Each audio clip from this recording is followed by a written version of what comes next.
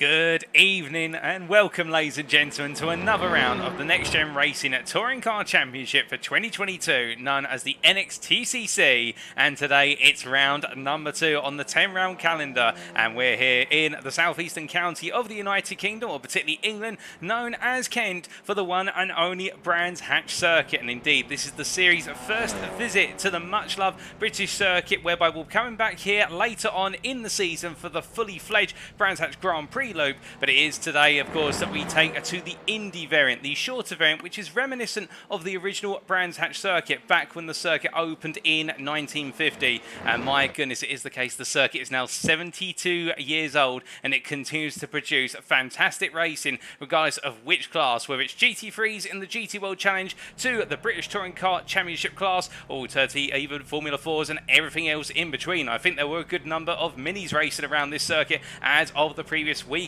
But it is the case tonight, of course, here on iRacing. Our drivers will be taken to the circuit for 3 races in this round, and our schedule is as follows. Times in British summertime, that's BST or UTC +1. In always just under 19 minutes time, we'll begin underway with our qualifying session, our 15-minute qualifying session, to determine our grid for the purposes of our first race of today. And that'll be sprint race number 1, taking place, of course, at around 8:15. And when we do get rolling, it'll be 20 minutes of racing action at this very short but very daring and tricky circuit, more on that in a bit, and it'll be the case that after race number 1, we're taking a brief break before returning at approximately 10 to 9 this evening for sprint race number 2, another 20-minute race, albeit with the grid slightly shuffled up, and then it will be the case that in sprint race number 3, which follows at approximately 20 past 9, that'll be our final 20-minute race of the evening. Our drivers will take to the circuit one last time with, of course, that much enjoyed as of round number 1 last time out, the reverse grid draw that is done live, of course, and I'll be doing that draw for you. Well, who am I? I'm your commentator and host, Paul TX141 Walsh, also known as Britain a Spit, depending on what media you follow me on, and it is the case this is all being brought to you on Next Gen Racing TV via free media platforms for your viewing pleasure live. It is the case that firstly, if you are a YouTube user, you can go to youtube.com, search for Next Gen Racing and tune in there. Secondly, if you are a Facebook user, you can go to facebook.com/groups/Next Gen Racing. Or last but not least, if you're more of a twitch.tv user, you can of course go to my personal Twitch, which is twitch.tv/TX141, and tune in there as well. So free media platforms available for your viewing pleasure, and it is the case of course that we can see all three chats. Indeed, we say hi to you guys and girls that are tuning in already, and we can see a number of you there, particularly in the Facebook chat, including but not limited to Katie Eames and also Andrew Holmes. Hope you're both doing well. Indeed, it is a hot day. It is sweltering out on that circuit. We can see already we do have a track temperature of what is 37 degrees centigrade, and I believe it's only going to continue to increase as time goes on. Indeed, right in the peak of the British summer right now, and our drivers will be feeling it in their touring car cockpits tonight, whether they're virtual or not. Regardless, it does get hot, and it really does push our drivers to the absolute limit. Now, speaking of limits, of course, it is the case that we look at the season ahead, which we've seen our drivers push to a limit. And, well, after our first round last time out, a week ago, back on the 4th of August, which saw our drivers take to Donington Park National, we did indeed see plenty of battles up and down the field, and indeed a mixture of drivers, some veterans of Next Gen Racing Series, and also, of course, we did have the star of the show, perhaps to some. Indeed, I must admit, I was a little bit starstruck to see him out on the circuit as well. And Michael Crees spending some time out on the circuit while he drives the real-world touring car driver, of course, taking to the circuit and mixing it up as well. And fantastic racing through and through, but it really was the case. At Donington Park, it was Mikey Doble Day. Mikey Doble was securing a perfect score, and, well, with him not in attendance tonight, and with Brands Hatch Indy being our second round, you can imagine that any rivalries that formed at Donington Park National will only continue into this round. And in the absence of perhaps our fastest driver in the field from our season opener, using that as our landmark, it is the case that everyone will be vying to pick up as many points as possible in Doble's absence. After today, of course, we'll then be heading over to Canada. We're going from the United Kingdom to Canada, and we'll head to the Canadian Tire Motorsport Park. Now, some of you who are eagle-eyed with memory may be realising already that our first two rounds mirror the British Touring Car Championship calendar. Well, it is the case, we are mimicking the 2022 calendar for BTCC. The whole purpose of this series is to replicate as close as possible the official BTC series calendar. But of course, in iRacing, we do not have access to circuits, including Thruxton and Croft. So we've had to improvise. So we're going to be bringing you the Canadian version of Thruxton, if you will. And you'll see next week on the 18th of August how close the Canadian Tire Motorsport Park, or Mosport as it's known in short, is to Thruxton. Very similar layout. There's a very limited number of major bends, but it is the case. It is completely flat out racing for the most part. And then after heading to the Canadian Tire Motorsport Park, we'll come back to the United Kingdom on the 25th of August for Alton Park. And, well, Alton Park, a fantastic circuit, of course, and that is one where it's very narrow, and therefore overtaking really comes at a premium. And you can imagine there'll be a lot of elbows out racing, and many a driver perhaps falling foul of the grass.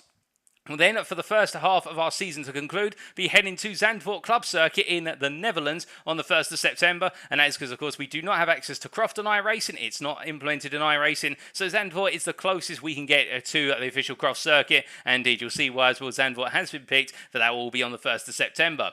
After that, of course, we'll be taking a week's break before returning on the 15th of September in Scotland at the wonderful Fife Circuit of Knockhill. Indeed, a very short circuit, a little bit longer in terms of lap time compared to Brands Hatch Indy today's circuit, but Knockhill, one of those circuits which is all about challenging the brave, and indeed we'll have to wait to see who falls foul of those very, very large curbs, and indeed those massive incline changes over the course of the circuit.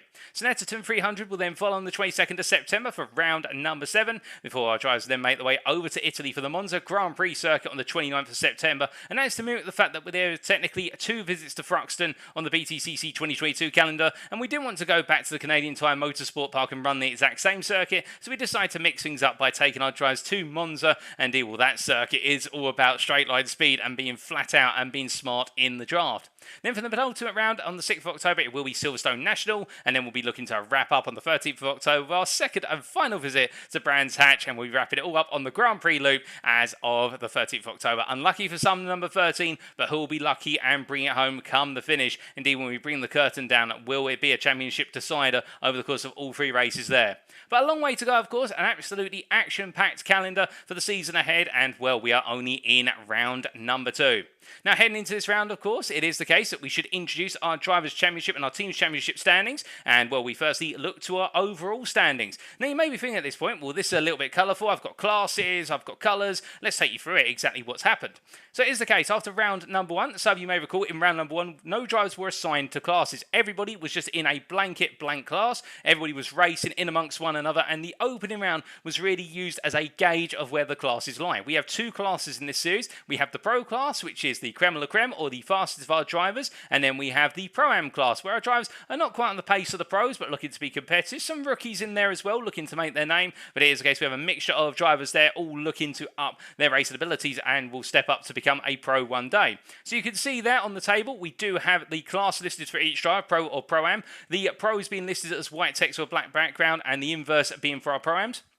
And you can also see there where we've got purple coloration, that's in regards to who picked up the fastest lap within the table over the course of the 3 races last time out, and we also do have the blue highlight there for pole position in qualifying. And you'll see some drivers as well have a red name, and you're probably thinking at this point, have they been naughty? Not quite. They've actually been good in terms of their pace, has seen them gauged as to whether they're being gauged on the boundary of the Pro and the Pro-Am classes, so the decision still needs to be taken by our series organisers as to where these drivers fit in. Are they Pros or Pro-Ams? And we'll tell you a little bit more about when that will be sorted out very shortly.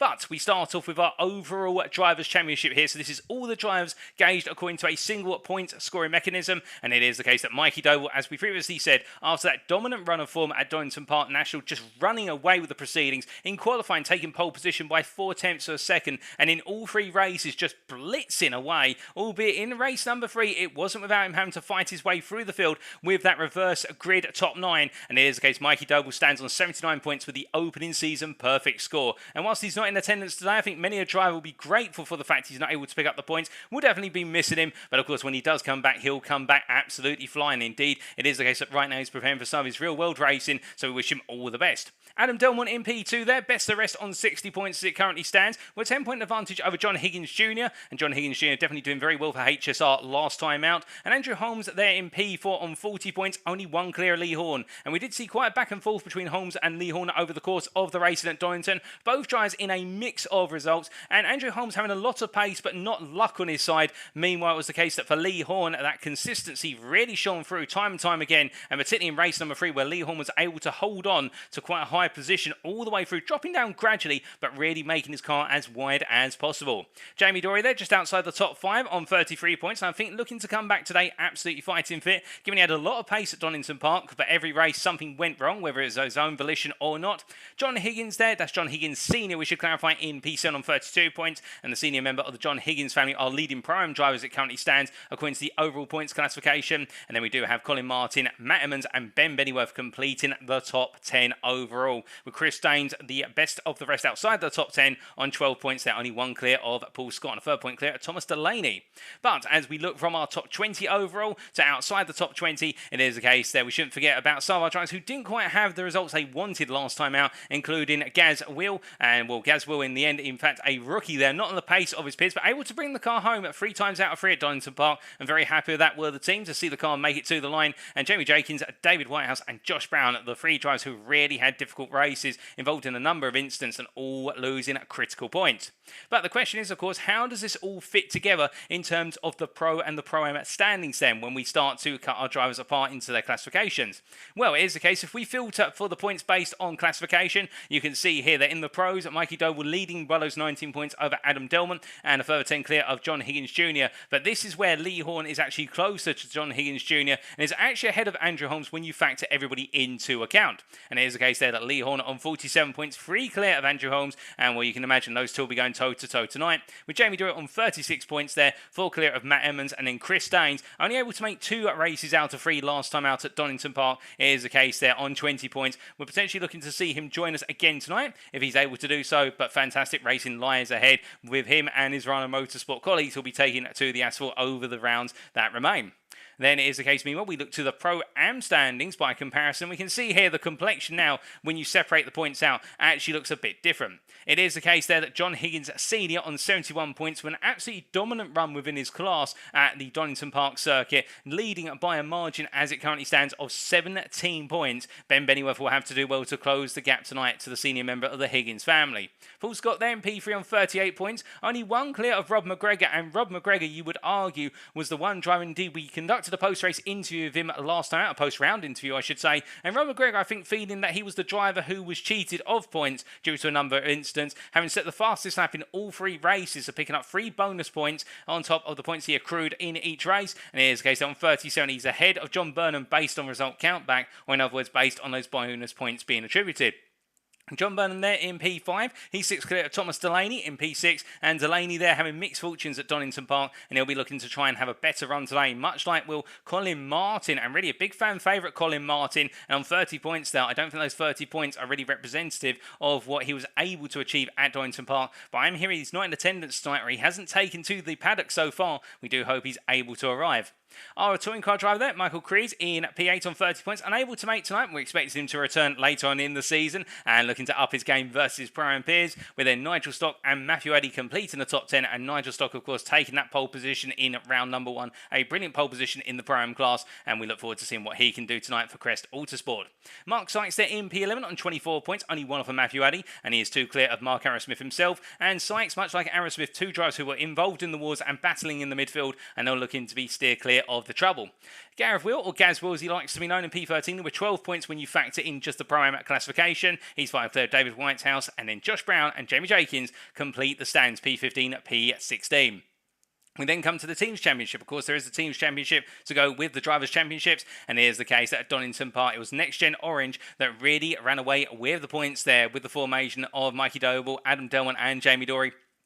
And they lead by a margin of 53 points over Team HSR. But again, HSR, a very strong outfit, and we saw there was a run of incidents and bad luck which held a couple of their drivers back, and particularly, as we say, Rob McGregor. And you can imagine, if they have an incident-free night tonight, could they jump all the way back up to and close that gap to at NXTGEN Orange very rapidly?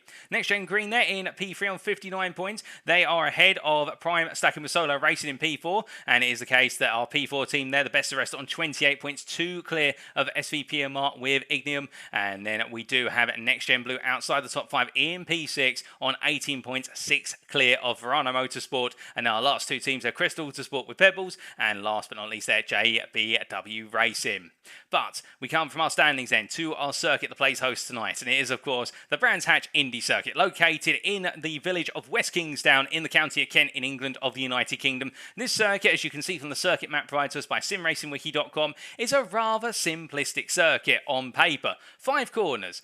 It doesn't look like much. But this image doesn't tell you the full story. This circuit has some major and rather abrupt, we should say, elevation changes in the run to Paddock Hill Bend, where you go down the start-finish straight and actually go up into a rise to hit a blind apex curve, which is off camber as well, which sees our cars understeer naturally through the right-hander of turn 1 at Paddock Hill Bend. And then our drivers will have the charge up towards turn number 2 at Druids, and that hairpin, that very tricky hairpin, you want to brake as late as possible before they run their way down towards what is Damon Hill Bend, whereas they come charging, sorry, Graham Hill Bend, I should say, not Damon Hill. Graham Hill, the more senior member of the Hill family, and Graham Hill Bend at turn number 3 will catch our drivers out as well. And the fact they'll try to go for overtakes there, but it's only 1 wide in practice at turn number 3. And there is the short straight run up towards what is Surtees Corner at turn number 4 before running into the combination of McLaren and Clearways at turn number 5. And as our drivers emerge from the apex onto the Clearways exit of turn number 5, it'll be the charge down the start-finish straight to complete the lap. And we'll ride on board in qualifying and give you that perspective of what a lap's like around the Indy circuit. But as for our rules for tonight, it is the case that we should remind you this series is a fixed setup series. Get my words right the third time around. And it's a fixed setup series, which means our drivers are not permitted to make any changes to the setup of the car other than their brake bias. It is the case they can tweak that, but nothing else. The amount of fuel that goes in the car, the way the traction control is set up, the ABS is set up, and everything else, the suspension, the aerodynamics, you name it, it is fixed according to the iRacing baseline setups. And in general, our drivers have been assigned to provisional classes as of this round. So we talked about earlier the pros and the Pro-Ams, but it should be pointed out the driver classes shall be finalised after round 3, and it's in particular those drivers that we saw in the tables with the red names such as Matt Emmons and Lee Horn They are continuously being watched at the moment to gauge which class they belong in, as they belong on the periphery as it currently stands. Of course, some drivers may prove to belong on that periphery as well as of tonight, depending on how they perform. As for the races themselves, in the sprint races, the race 1 grid shall be set based on the results of qualifying. The race 2 grid shall be set based on the results of race number 1. So whoever wins race number 1 will start on pole for race number 2. Whoever finishes last in race number 1 will start at the back for race number 2. And then the race 3 grid shall be a reverse grid based on the results of race 2, with the reversal position being drawn live from between 6th place and 12th place. It is the case I'll be doing the lottery balls or the lottery papers, and well, whichever number is pulled out of the lottery machine, it will be the case that is where we take the reverse grid from. So if it is P7, for example, our 7th place finisher in race number 2 will start on pole for race number 3. Meanwhile, our 8th place finisher will start in P8. And as for penalties, the driver shall receive a drive-through penalty if they accumulate 20 or more instant points. They'll have to be quite naughty to do so, but then again, we can expect some elbows to come out here today at Brands Hatch Indy. And as we look from our rules and regulations to the circuit, it is the case that as our drivers make the way on around right now, or some are parked up in the pit lane, it is the case that we do have a few less drivers in attendance today. We've got approximately 17 drivers taken to the circuit compared to our season opening at 23 to 24. And it is, of course, I do believe we may have the safety car join us at some point as well. Although the safety car hasn't made its way to the circuit at the moment, so I'm not sure what exactly is happening there. Well, the safety car is just running a little bit behind schedule. Perhaps it's been caught up in a traffic jam on the way to the West Kingsdown circuit, and I can tell you, having visited it a number of times, that the organisers are very good at bringing traffic into and out of the circuit, but it is single file traffic that makes its way into the Brands Hatch car parks, indeed on to what is the official track car parks, and therefore it can be a little bit slow to get there. It's definitely a good idea to get there nice and early in the morning to go watch racing at Brands Hatch, and well, the earlier you can get there, the more likely you can get a nice spot in terms of your parking space, and also if you're not up in the grandstands, get a good spot, particularly at Paddock Hill Bend, alternatively on the apex of Druids, using of course the flyover above the Palmer Sport flyover as it's labelled, or there we can see it's labelled as car loop. It is the case you can go over there and stand in amongst what is the trees and look at the cars as they make their way up and down from Druids Bend. But enough about in terms of good camera spots. We do look there to the Facebook chat and we see it there, Colin Martin saying, checking in from Snetterton, sorry I can't be there tonight. That's no problem, Colin. I think it sounds as though there you might be taking part in a bit of a shakedown at the Snetterton circuit, and I hope you're doing well. And well, I think a lot of people would be happy to be at Snetterton, given the fact that we've got touring car racing there this weekend. The BTCC continues the story at Snetterton, and well, I do hope is going well for you. But meanwhile, as our drivers continue to make their way on around here, well, it is the case we have Paul Scott making his way on through in the Audi RS3, and we did see, of course, last time out at Donington Park, that whilst we did have the eclectic mix of the 4 touring car racing class machines available, the Audi RS3, as you can see here in Paul Scott, Matt Emmons, for example, portraying the Honda Civic Type R, and we've also got the Hyundai Elantra of, well, we can see here, for example, John Higgins Jr., and we've also got the Hyundai Veloster, which I think Mark Sykes will be bringing to the table, and there it is. In fact, these 4 cars, whilst we do have car choice, it was the Elantras that seemed to be the running and really strong cars on average, but then again, we also did see the runaway drive of the Honda Civic with Mikey Doble, and well, it is the case, of course, that whilst there might be a car that on paper is the strongest out of those available, given the current balance of performance in iRacing, it comes down to just as much the driver as it does the car choice, as we see Mark Sykes there jumping to the pits, and Lee Hornet just parked up at the moment, I think right now, just taking it easy. And meanwhile, we see Tom Delaney here, the SVPMR with Ignium driver, making his way across that line and deciding to drift his way on through. Well, I think they're definitely exploring the adhesion of those tyres to the surface and just about surviving before chucking the car off. But we do have, as it currently stands, 17 drivers having put times in this practice session, and we've also got Josh Brown, who has just joined us. And as the checkered flag comes out on this final warm-up and practice session, it is the case now we head into qualifying, our qualifying session here at Brands Hatch in round number 2 of the NXTCC. And as qualifying gets underway, of course, all of our drivers will be looking to get out there as soon as possible and put in those qualifying times. It is, of course, a very tight circuit here with a lap time of just under 50 seconds. And I think our drivers would be targeting the 48s here today in qualifying. I think race pace is going to be geared around 49s and 50s when there's high fuel in the car. And as the fuel comes down, it'll be looking more towards 49s and 48s. But as our drivers make their way on out, we do see here Jamie Dory, our first driver to come charging on out in the number 13 car, of course. Unlucky for some, but I don't think it's going to be unlucky for him. And we see a little bit further behind there one of the HSR machines, and that of course is John Higgins Jr. And the HSR driver here, it is a case one to really watch out for. A very fast driver within that Pro class. As we say hello in the YouTube chat there to Stefan Vessels. And well, good evening to you, Stefan. I hope you're doing well and all is good in your neck of the woods. But as our drivers come charging out at this point, it is a case that right now everyone will be getting themselves set. And we do go on board here with Jamie Dory for the first flying lap of this qualifying session and a very quick lap of Brands Hatch. Let's take it away. Making his way across the timeline and bringing the car over to left for Paddock Hill, Brent, and looking to brake there in the middle of the road around the 60-metre mark there just before the 50 board and rolling the car out of Apex. And as he heads down the hill and now up towards Druids Bend, braking that 50-metre board, coming down the gearbox as aggressively as possible, looking to V-shape the Apex of Druids in first gear and then charging down towards turn number 3 into Graham Hill Bend, braking at the 50-metre board once again here, attacking that Apex and stamping back on the throttle, keeping 2 wheels there on the white line, stabbing track limits. And now here's the run into the Surtees McLaren combination as he goes from left to right here through the mini chicane and now breaking his way into McLaren into Clearway's corner. And as he makes way out of the right hander of turn number 5, it's now the charge all the way to the timeline. Now you'll know if a driver feels as though they've done a good lap, they'll bring the car over to the right to shorten the run to the timing line. The start finish line there is the case, of course, the shortest distance between 2 points is by going in a straight line. But Jamie Dory there deciding to bring the car over to the left to set himself up for the run into Paddock Hill Bend and open up that Apex.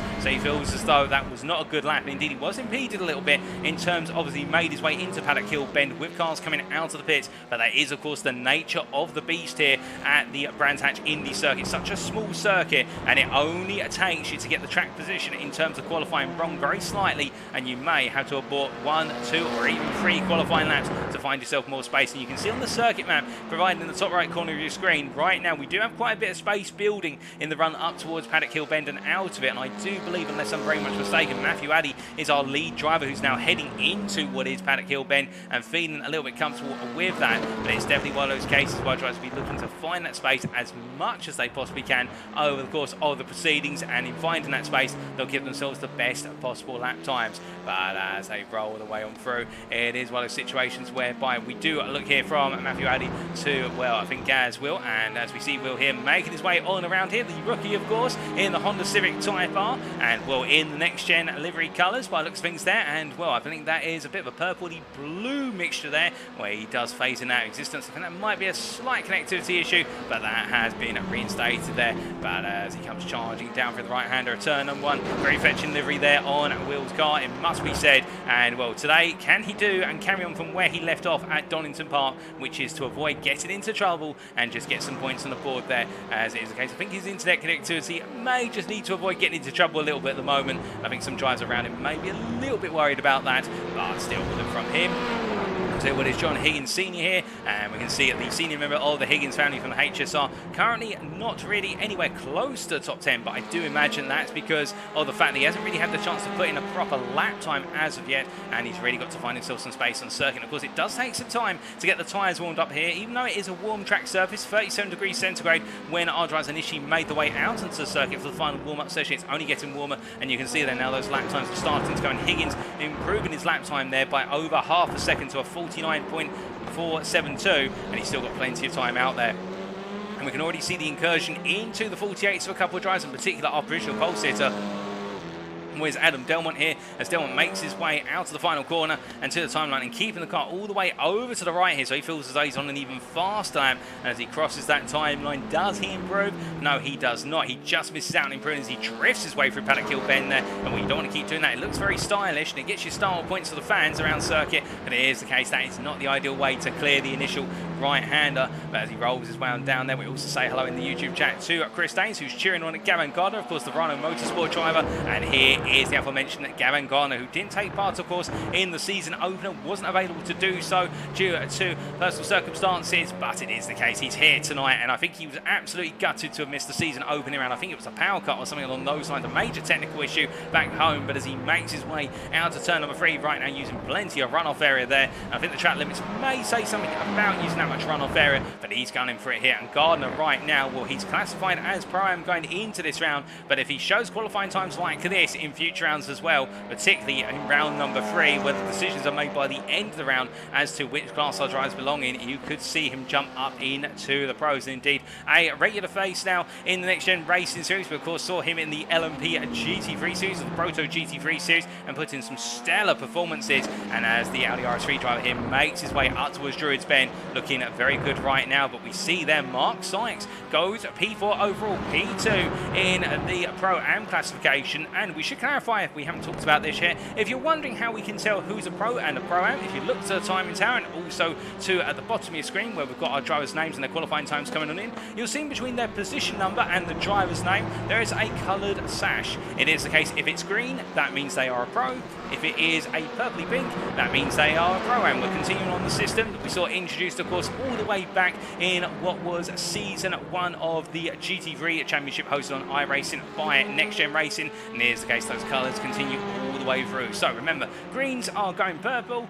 Sorry, not greens are going purple. Greens are going Pro, I should say. And meanwhile, purples are going Pro-Am. But as we see Sykes here coming across the line, it is the case, charging on down and around and heading all the way through turn number 1 and up towards turn number 2. And well, I see the point there from Chris Daines about purple wheels for Gavin Gardner. What's that about? Or perhaps he was informed that he is a Pro-Am and he may have just heard that we're treating our Pro-Ams as purple in the colours, so he's decided to run it with those colours. You never know, it might be the case it's just a coincidence, but I like to think it's a happy coincidence. As meanwhile, we see Andrew Holmes there improves to P3 on a 48.876. And Andrew Holmes, definitely one of those drivers who last time out at Donington Park in the Hyundai Elantra showed a lot of pace. It didn't work out, however, as the racing went on. It was as though the results started to slip away a little bit, but to be fair, we did see in race number 3 a lot of elbows come out in race 3. Race number 2 as well, there's quite a bit of aggression between drivers, and I think right now Andrew Holmes will be looking to try and qualify as best he possibly can. But I don't think he'll be too surprised if he ends up not quite on that front row or the second row, given how close the times are.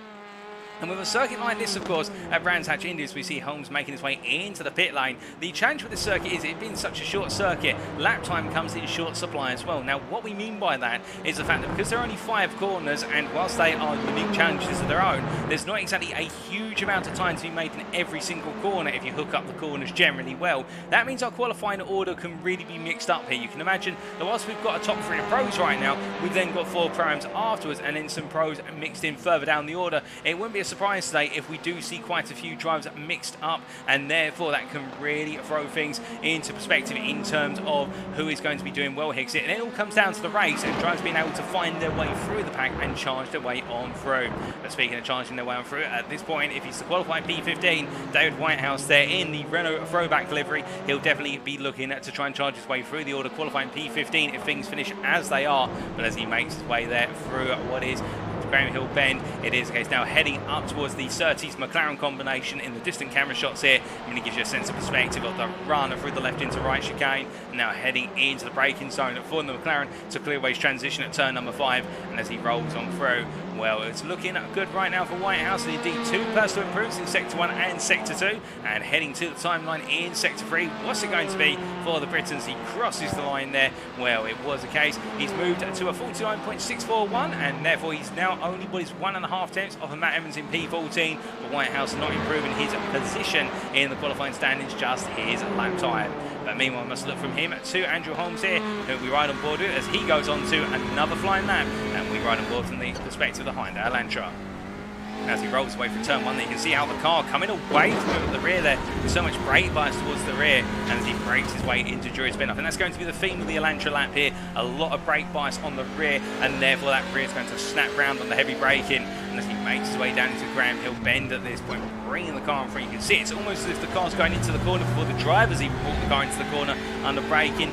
But very nicely hooked up and now making his way into the chicane of Surtees into McLaren, and it rolls away through left into right here, almost right on the track limit there, and in fact understeers a little bit deep under braking, carrying way too much speed through that final braking zone and therefore understeering wide, and I think he'll be kicking himself for that. Holmes doing very well to keep the car together there That was right on the limit, and well, speaking of limits, now drivers will have to push it to the limit, given the fact they've only got 5 minutes of qualifying remaining, and Holmes drifting his way through Paddock Hill Bend. Well, I think he's right on the limit in terms of how much speed he can carry through the corner, but he's carrying a bit too much, and it's just causing the rear to come loose and snap round. But as we look from him to what is here, John Burnham, with John Burnham in the Audi RS3, looking to do well here today in qualifying. And well, what is he able to do? That is the big question, of course, on everybody's mind with regards to Burnham, as we do just get a brief update there to our time tower screens, and it is the case we saw the safety car being classified as a prime. We just changed the coloration there, it's marked as yellow. You may see that leave the pit lane if there's a major incident,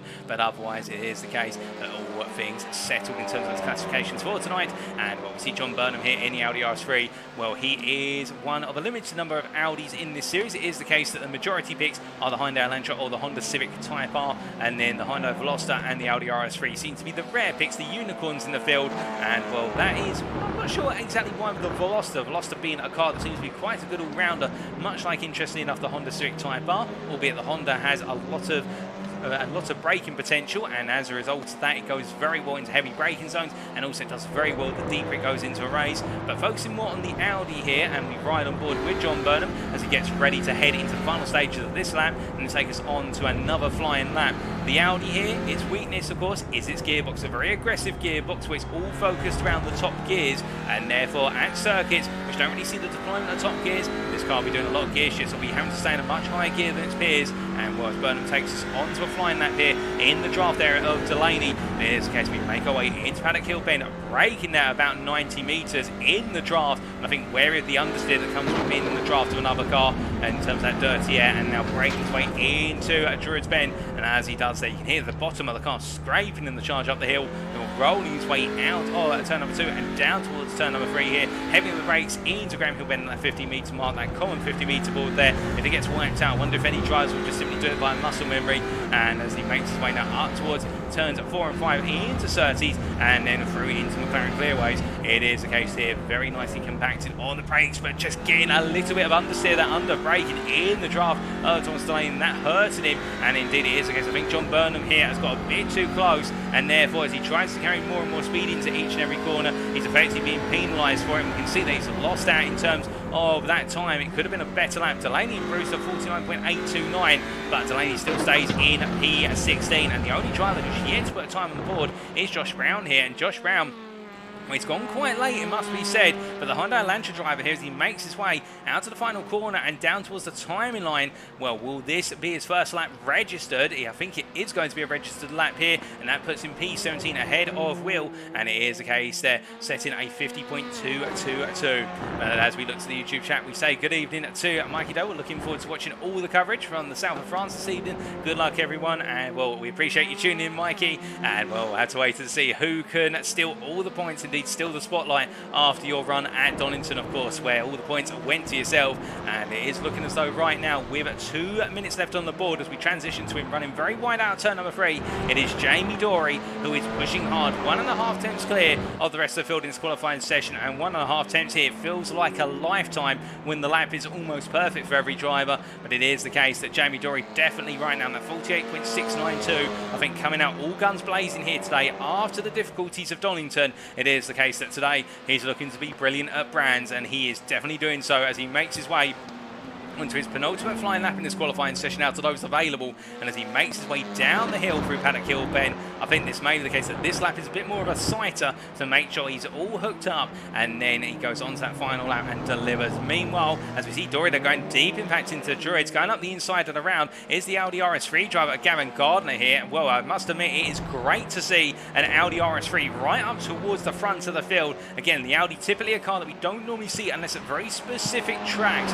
up there in terms of qualification, and it's normally in the race where the Audi drivers have to make up the deficit. But Gavin Gardner then not pulling any punches. He's currently at provisional pole position of the Pro-Ams in P4 overall, and he's only 2.5 tenths off of Dory's pole lap, and well, he's only half a tenth off of Andrew Holmes. It's looking as though Gardner here definitely taking those spoils to be on that second row as he makes his way onto his final flying lap in the session. And the number 11 driver here, if he can nail this and start on that second row for at least race number 1, I think he'll be no less than pleased. pleased with regards to the fact that it has been a very strong qualifying session. But again, qualifying is just one part of the evening, and there's only one bonus point up for grabs in each of the respective classes. And overall, of course, for that pole position lap, it then, of course, all comes down to each of the individual races. We see Gavin Garland there taking a very liberal use of track limits, and, well, as the checker flag comes out on this qualifying session, that is Gardner's time having to be aborted, as meanwhile, Jamie Dory here, well, Gardner peels out the way and makes his way onto the GP loop runoff area, and Dory's trying to bring it back together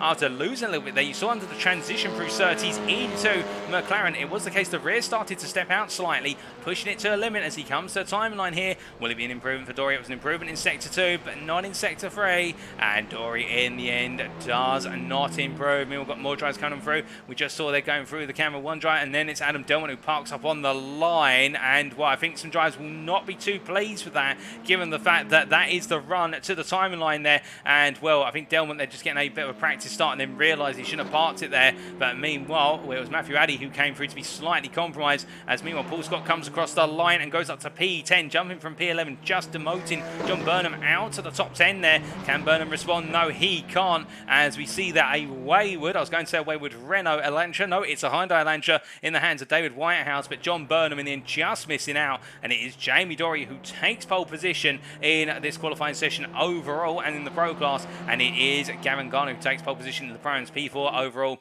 and, well, Nigel Stott P7, not a pole position for him today in class, but still right up there as we get ready to go racing. And now let's take you through the grid for race number 1. So as our drivers get ready to go racing here for race number 1 of round 2 of the Next Gen Racing Touring Car Championship here today at Brands Hatch Indy, it is the case that Jamie Dory lines up on pole and is joined on that front row, the Next Gen Racing Orange driver, by his teammate Adam Delmont. Next Gen Orange lock out the front row. It's then Andrew Holmes who starts P3, and alongside him on that second row, Gavin Gardner, our pole position driver in the Pro-Am class for Verona Motorsport. Matthew Addy and Mark Sykes, the two Pro-Am drivers, line up P5, P6 on row number 3, with Nigel Stott and Lee Horn on row number 4. Then we do have John Higgins there. I believe that is John Higgins Jr. line up P9, and the HSR drive joined by Next Gen Racing Blues Paul Scott P10, and then John Burnham and Tom Delaney make up row number 6. Behind them on row number 7, Ben Bennyworth, joined by John Higgins Jr. for HSR, and then we have Matt Emmons and David Whitehouse on row number 8, and our last row, Josh Brown and Gaz Will make up P17, P18, our final row. And, well, with our final row covered, we look to the grid here, and it is the case as we look to the blimp camera, we are only moments from going racing in race number 1 in round number 2 of the series. And, well, who will come out on top in this one? It is the case overtaking is very tricky to do here, of course, what there being quite a narrow road surface, but on top of that, overtaking limited to a number of short straight line runs and heavy braking zones. But you can imagine our drivers will be going full force, and we now wait for the final couple of drives to grid up, less than 30 seconds before we get the lights out.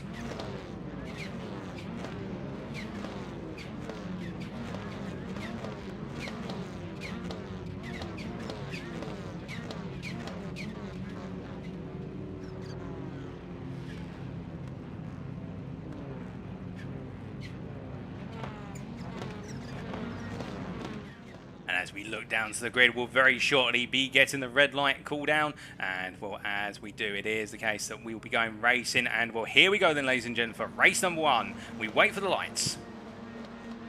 1 red light, 2 red lights, 3 red lights, 4 red lights, 5 red lights. Green flag, green flag. And it's the lights out, and away we go for race 1 at Brands Hatch Indy, and Jamie Dory gets a good start. Adam Delmont trying to go round the outside, with Adam Delmont under pressure as well from Andrew Holmes as they charge down. Andrew Holmes up into P2 already on the inside into Paddock Hill Bend, but as they all come charging down the hill and up towards Jewett, you can see here it is the case of Gavin Garner taking a bit of grass there and having to bring the car back to the middle of the road, almost away with Audi, but he keeps it under control. He loses the lead of the Proms, however, to Matthew Addy on that opening lap as they all come down the hill. We've got a car off slightly. I think that was Mark Sykes doing a bit of rallycross on the exit of Druids, but he's brought it back together. But everybody has safely made it through the opening 3 corners as they roll the way on down towards turn number 4 here. But you can see how Paul Scott in that battle with always Nigel Stott there, but having to back out. It's not too wide there into Surtees, and as they made away to break it, Paul Scott gets unsettled and just brings the car back together. And that's Gavin Garner off the circuit. Now what's happened to Gavin Garner? Whether he's just had an off track or whether it was a bit of contact, We'll find out very shortly, but after one lap, it is Jamie Dory who leads ahead of Andrew Holmes P2. We have to cut away from them because we've got 3 wide in the run down towards turn number 1, and Nigel Stott backs out of it. Lee Horn, however, trying to go round the outside of what is there.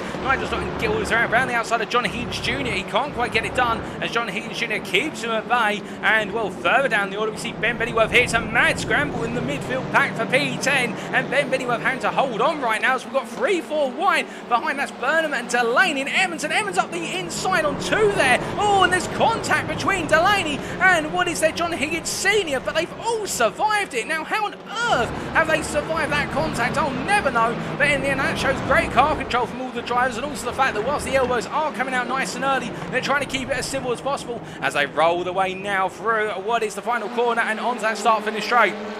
Indeed, that is another lap past here already in this 20-minute race, and that shows you how quick the laps come about. But as we continue to watch here, the battle for P13, as led by John Higgins Sr., charge down towards turn number 1. You see Gavin Gardner going around the outside there of what is David Whitehouse. Well, not David Whitehouse, my apologies. That's Josh Brown. David Whitehouse in front of him, and as they make their way up the hill, Whitehouse has to go defensive here under major pressure from Gardner, and Gardner really merciless right now as he rolls his way out of the right-hander of Druids Bend and down into Graham Hill. But as he does here, of course, he will have to wait, because whilst he will have the pace advantage, he'll feel it is the case that you can't force the move at what is a Graham Hill bend unless you're fully alongside in the run out of Druids. And Gardner has to be patient as they roll the way through the chicane and up into what is the McLaren Clearways corner. But as they come through the right hand, you see that was Josh Brown going a little bit deep, and meanwhile Tom Delaney running a bit wide as the number 555 driver there has to bring it back together. But meanwhile, it is the case we look to the front of the field, and let's take you through that order after what is 3 laps. They go on to lap number 4. It is Jamie Dory ahead of Andrew Holmes, and then we have Adam Delmont P3, followed by our prime leader of Matthew Addy. Had that great start, Matthew Addy,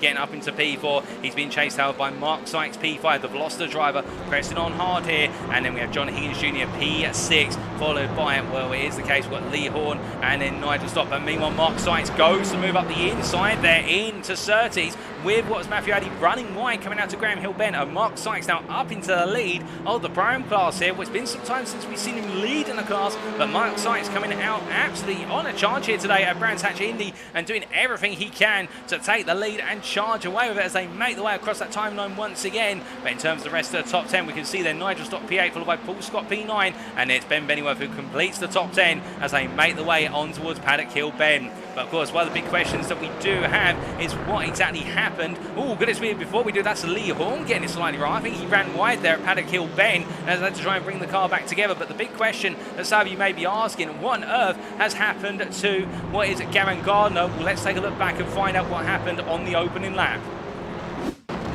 This was on the open lap, of course, and was there contact? Yes, there was contact between Gavin Gardner and I believe, unless I'm mistaken, that is Emmons who gave him a tap on the back there. I think Emmons just coming in a bit too much speed and the car was unsettled over the curbing, of course, and what was the run into McLaren, and that has cost Gavin Gardner massively, dropping him all the way to the back of the field, and then he's had to make this recovery drive, and he's continuing to make it right now. But as he comes charging on through there, we can see the colleague involved in that incident, Matt Evans, has now got Gardner behind him. He may be thinking, okay, I'll knock you on the back and I apologise for it, please don't give me a knock on the back in return. Not that I think Gardner would take any revenge contact to heart, but it is the case as they make the way to Druids Bend. When you are the driver who gave the little bit of tap in the first place, you do worry about it slightly, but you can see there how Gardner really on the back of Emmons as they go into Graham Hill. He takes a look up the inside, but again you can see there how it looks like he can go for the move on the inside, but when you're on that inside line braking into Graham Hill Bend, the braking distance is much shorter by comparison, and you have to essentially brake earlier. You cannot just simply go on the same braking zone as you would on the outside line, and Gardner indeed really well versed to that,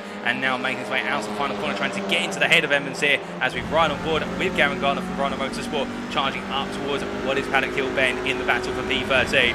But as they head into the hill, he's going to look up the inside into the right hander, but you can see in front as well Higgins going quite slowly in the run through the apex there, so the three of them coming together. Gardner I think is going to go for it out the inside. Does he take the swing? No, he's looking around the outside instead, and as he tries to go around the outside and get the cutback, no can do. Evans here proving very savvy and wise to what Gardner's trying to achieve, but as they make the way through, we do look a bit further up the order here to the battle for what is P7, and led by Nigel Stott, the Crest Autosport with Pebbles driver, and as they make the way through the chicane of turns 4 into 5, it is the case that Nigel Stott dressed a little bit deep there, and as he rolls his way through in that Civic, it is the case that we see Lee Horn takes the position off of him, and Nigel Stott there losing the place to the pro driver as the prime.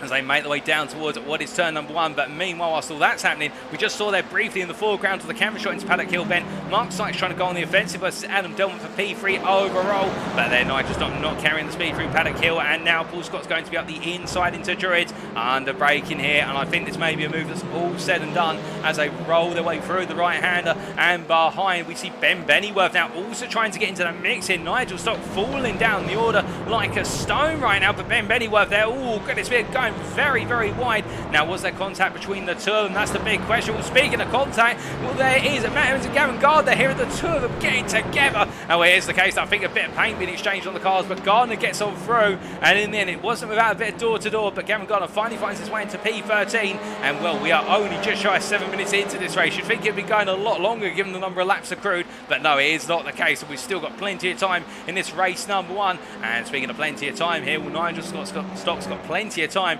to figure out where the pace is falling away from him and where he can bring it back, because it is the case that right now Nigel Stock is gradually dropping down the order. He's lost 2 places since the start of the race, and he has lost a sizable amount of race time compared to the leaders of the Pro class, particularly Sykes and Addy, who are all the way up in P4, P5 respectively, and trying to run off into the distance. Now, it should be clarified, if you're wondering why it does say that Will is 4 laps down, there was a technical issue for Gazwill when he went to the start grid. The car experiencing a technical issue just before we had the lights out, so it was the case that Will has had to take the car to the pits. He's going back out on circuit, so he is P18, but he is 4 laps down, so don't expect him to be making any moves. He'll be using this as practice time to try and find the intricacies of where the grip and indeed the lap time lies. But speaking of trying to find where the grip lies right now, Lee Horn in a battle with Paul Scott for P7, and Paul Scott there making it straight forward up the inside, but he's left the door open in return on the inside into Druids, and well, Lee Horn coming back at him immediately here. And of course, these two members of the Next Gen Racing community, no strangers to one another, great friends, but it is the case they're both showing each other respect, but also racecraft in equal measure here, and it is a back and forth between the pair of them. And this back and forth is of course costing them the run on Jogging Higgins Jr., who's further up the road as they come charging on through and up towards turn number 5. But as they do, we must look here to P3, in particular look back from the car of Adam Delmont, the Next Gen orange driver in P3, because that is no joke. That is a Veloster charging behind, and that is Mark Sykes, the Pro-Am leader right now, who's been putting on huge pressure lap after lap, really since lap number 7. And right now, as we go on to lap number 11 here, it is the case. I think Sykes is going to be looking for the move up the inside, but Delmont there just knowing how far he can break into Druids and then keep Mark Sykes at bay. But Sykes definitely looking as though he's thirsty for more points and positions, and well, who can blame him right now as he looks to go on the charge for P3 and trying to get onto that overall podium, which would be a huge achievement. And as they roll the way through the chicane here, 4 and 5, it is the case, heading into that turn 5 braking zone. Well, now we see how Matthew Addy also staying with this group, this trio in the battle for P3 overall.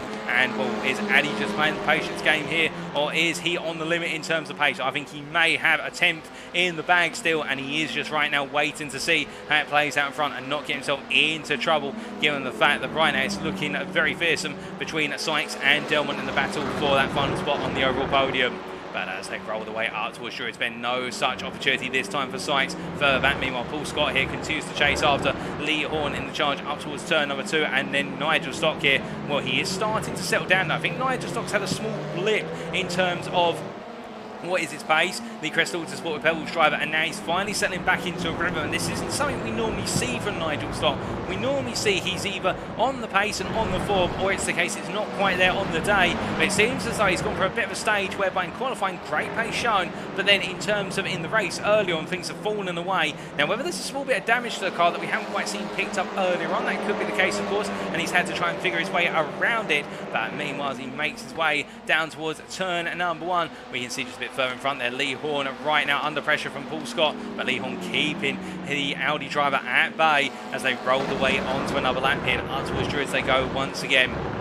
With all the battling that's going on, it's also the case you have to think about the drivers who are just running the pace right now and not having to worry about the battling. And of course, we think of Jamie Dory here in particular, our race leader right now, who is 1.8 seconds clear of Andrew Holmes behind in P2, and Andrew Holmes there following him up into the turn number 5. And as they roll the way through the right-hander, then you've got that battle for P3 that is looming to try and bring Holmes into the mix. And well, I can tell you that Adam Delman is lapping to the same pace as Andrew Holmes right now. It is the case, despite the defensive scramble that he's got to put together, he is matching Holmes for pace, and if he can keep this up and Holmes drops any pace, as Adam Delmont there sets a personal best of the race of 49.028, you could imagine it becomes a four-way battle for P2 as they roll away into Druids Bend. But as they come rolling on through the right-hander, it is the case. Down the hill they go, and we jump on board here with Mark Sykes, who in the Veloster, the only Veloster driver on this grid today. Well, the 666 driver looking to try and find a way past Delmont, but I can imagine what he may also be trying to do at this point is try and get Delmont to make a mistake here,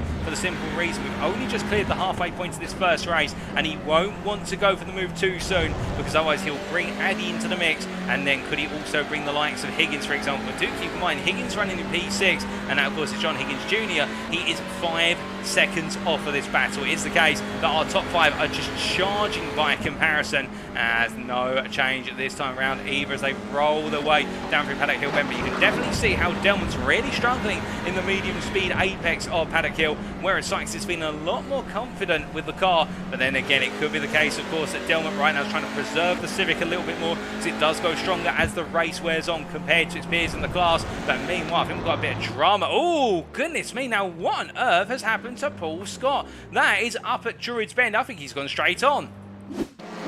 We take a look back here, and he was battling with Lee Horn at the time. Now, was there contact under brake? There was contact under braking, and Lee Horn has been pushed straight on into the tyre barrier. That did look to be a little bit of a netcode contact as well, whereby we saw a sudden jolt on Paul Scott's car, and that wasn't characteristic of the speed that Lee Horn was coming in at. So I think contact plus some netcode, but in the end, Paul Scott's had to jump to the pits with damage to the car, and I think it is the case there with the repair work that's going on. He will be now dropping to P17 and falling at least a lap off the field, and looking to try and just bring the car on home. But meanwhile, Lee Horn, I think, involved in the mix then, has lost a number of places, has Lee Horn, where everything that's happened, and now he finds himself behind what is John Higgins Sr. here as they make their way up towards Druids Bend.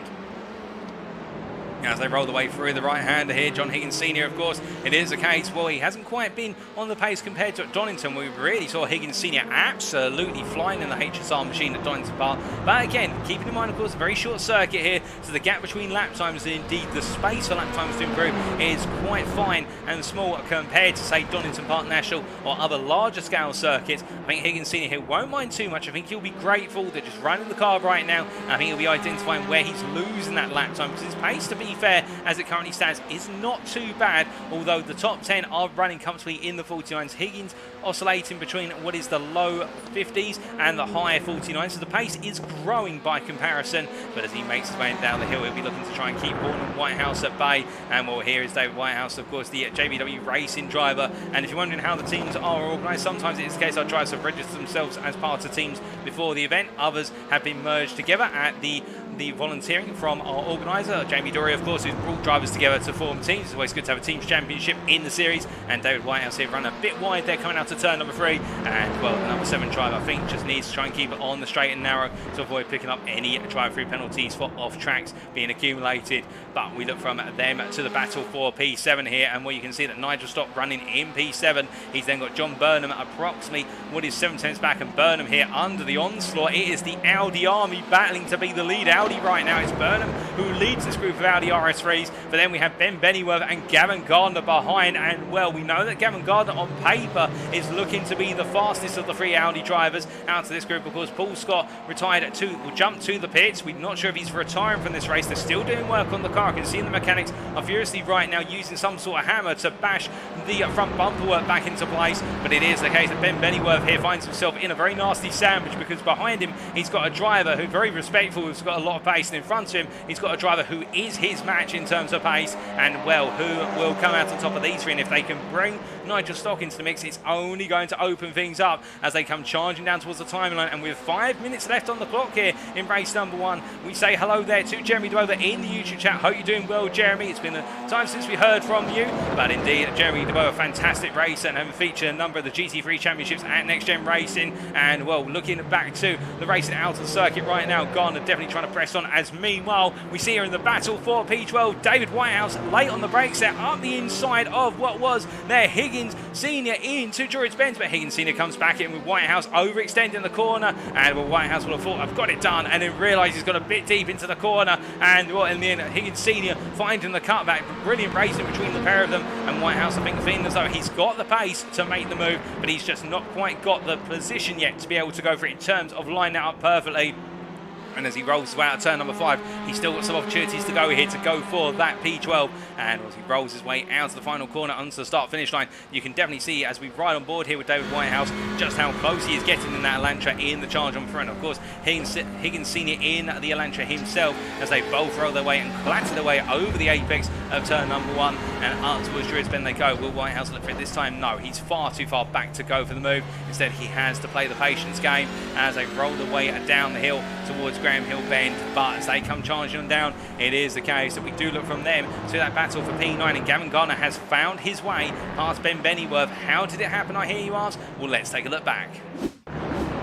Well, this was only moments ago in the run up to Druids Bend here, and you'll see that Gavin Garner goes up the inside as Bennyworth leads the door open, but as they roll their way out of the corner, interestingly here, Bennyworth staying alongside, not giving up and going for the move into Graham Hill Bend, but as they go too wide through the corner, what you'll notice here, Bennyworth on the tighter exit line, he can't open the steering wheel up as much, and therefore he has to be more gradual on the throttle compared to Gardner, who absolutely planted it by comparison, and that is how Gardner has held on to the position in P9 as we now look back to live pictures here, and I think John Burnham at this point will be very grateful that it has taken the best part of 4 laps of Gardner to find his way past Bennyworth, as meanwhile a bit further back here we see that Tom Delaney has found his way past Matt Emmons, and will Matt Emmons to jump to the pits from what I'm hearing in my ear. Now what has happened to Matt Emmons? Let's take a look back. This was only moments ago, and Evans running a bit wide there at Paddock Hill Bend, and the car coming loose. Oh, goodness me. And, well, Evans, to be fair, was loose on return. I think Delaney did everything he could to avoid the contact there, and then Josh Brown coming on through behind, really, to the scene of the accident, and already Evans had jumped to the pit. I think Delaney there will be feeling as though there was nowhere he could go in all of that, and he just gave it up to Evans, but Evans definitely having a difficult day at Paddock Hill Bend as we return to the live pictures, and as we do, we look back to Delaney first, but then we jump to the battle for P4 now, and it is the case that Delmont has broken away from Mark Sykes. Sykes was looking menacing, but as the race has gone on, I think it is the case that Delmont was managing the car and Mark Sykes was really trying to charge, and you can see here's the contrast as we see Matthew Addy here looking for the move for the lead of the programs here, battling for P4 as they come to the timing line. Will be 2 more laps to go, and as they cross that line, it's going to be Addy on the inside here, Sykes on the outside. He doesn't cover off the inside, he looks at the cutback, does Mark Sykes. He's definitely going racing here, and as they make their way up the hill and towards Druids Bend, well, he'll look to go deep on the brakes, and Addy's got to give him the space here. Sykes is still there. They go side by side out of Druids Bend, down the hill they roll into Graham Hill Bend, but Sykes there just not able to get the power down as comfortably as he'd want to, and indeed Addy gains the place, but Addy runs a bit wide then return, and as they make the way up towards Surtees into McLaren, it is the case they go side by side through Surtees here. It's not too wide corner, they're going to make it too wide, and Addy there clattering off the apex curve of the chicane. Sykes still holds around the outside here. It's side by side stuff as they make their way through. There'll be 2 more laps, in fact, not 1 more lap after this once they go onto the penultimate lap, and as they charge the timing line here, finally with a little bit of a straight line speed advantage, it would seem that Matthew Addy has found his way on through, but Mark Sykes is not giving up in this battle for what is P4 overall and the win in the Pro-Am class here in this race, but he's going to have to wait his turn this time. He's not close enough to go for the move, but meanwhile we look here to Andrew Holmes, who in P2 I think has started to fall off the proverbial cliff in terms of pace, in the fact that he was 1.7 seconds off a Jamie Durrell race leader, but now finds himself 3 seconds off the leader, but more importantly no more than 3 tenths ahead of Adam Delmont, who's behind him in P3. And as the pair of them make their way out of the final corner and onto the final lap here, will it be Holmes or Delmont who leads the run across the timeline next time in that battle for P2? I think Holmes here will be able to go quite defensive. I think Delmont's really got to brave it out if he wants to get that position. He's going to have to send it, and to be fair, here comes the perfect opportunity to go for the send up the hill into Druids Bend, and as they do, Andrew Holmes covers off what is Delmont there in the run through the right-hander, and well, Andrew Holmes will just simply park it on apex. He's got the right to, and now will Delmont try to send it up the inside? no, he's going to have to wait. It is the case, he's not close enough, and I think going for the send that point will only cost the pair of them. But as they come charging up into Surtees' corner here, Andrew Holmes just needs now one more braking zone, and he's got it all said and done. And he goes defensive here as they roll the way through the corner. But meanwhile, making his way out of the final run to the checkered flag, he's led it from start to finish. It's Jamie Dory for Next Gen Racing Orange who takes the win overall and in the pro class, ahead of Andrew Holmes, who holds on to P2 to the line, ahead of Adam Delmont P3. And it is Matthew Addy who takes the win in the pro class, P4 overall, just ahead of Mark Sykes, who couldn't quite hold on until the very end. And it is John Higgins Jr. there who crosses the line just ahead of Nigel Stock P6, Nigel Stock P7 out of the circuit, P3 in the Pro-Am class, John Burnham P8, and it'll be Gavin Garner P9, Ben Bennyworth P10, and then we do have what is John Higgins Sr. behind him, P11, a difficult one for Higgins Sr., but he's going to come back strong in race number 2, don't count him out. And then we have David Whitehouse in at P12, Tom Delaney P13, and then we do have Lee Horn. Where's the case? Lee Horn there, has he run out of fuel or is he just creeping to the line? Well, he's letting Josh Brown through. Well, Josh Brown will take P14 now. I wonder if Lee Horn's got some sort of technical issue, but he'll be classified as P15, and will be Matt Evans who comes home P16, 2 laps down off our leaders, and then Paul Scott P17, 3 laps down, and Gaz will last but not least in P18 with those technical issues early on in the race. And we appreciate K Teams in the Facebook chat clarifying that. As into the pits there comes Jamie Dory, our winner of course, and well, he'll feel as though he was given quite a comfortable run in the end after Holmes started to fall off the pace, but you can imagine that it's all to play for in race number 2 as our drivers come on in and we take a look of course at those race results, subject to stewards' inquiries, but they will stand going into the grid formation for race 2 here at Brands Hatch. So as we look to the results, it is the case. Jamie Dory there bringing home the win by 3.2 seconds overall and in the pro class there, ahead of Andrew Holmes, and Andrew Holmes just holding on by a 10th, or less than a 10th really, from Adam Delmont. And Adam Delmont, the Next Gen Racing orange driver there, we're looking to try and make it a P1, P2 for Next Gen Racing in race number 2. And then Matthew Addy coming home P4, taking the win in the Pro-Am class there, ahead of Mark Sykes, making that move, of course, on the last couple of laps. And, well, outside of the top 5, John Higgins Jr. there, P6 for HSR, and I think he'll feel as though there's a little bit more in the car. He's just got to find it to get into that top 5 in race number 2. Nigel Stock P7 in a very competitive Pro-Am field, it must be said, between Stock, John Burnham, Gavin Garner, Ben Bennyworth. All 4 of them had the opportunity to take that P7, but it was Nigel Stock from Crest Autosport who took that position, the Crest Autosport with Pebbles Racing driver. John Burnham P8, Gavin Garner P9, and then Ben Bennyworth P10. And then outside the top 10, first but foremost, was John Higgins at senior P11, with David Whitehouse P12, Tom Delaney P13, Josh Brown P14, Lee Horn completes the top 15, and then we have Matt Evans, Paul Scott, and Gazwell completing the standings there, and they'll all be classified given they were able to complete over half the race distance.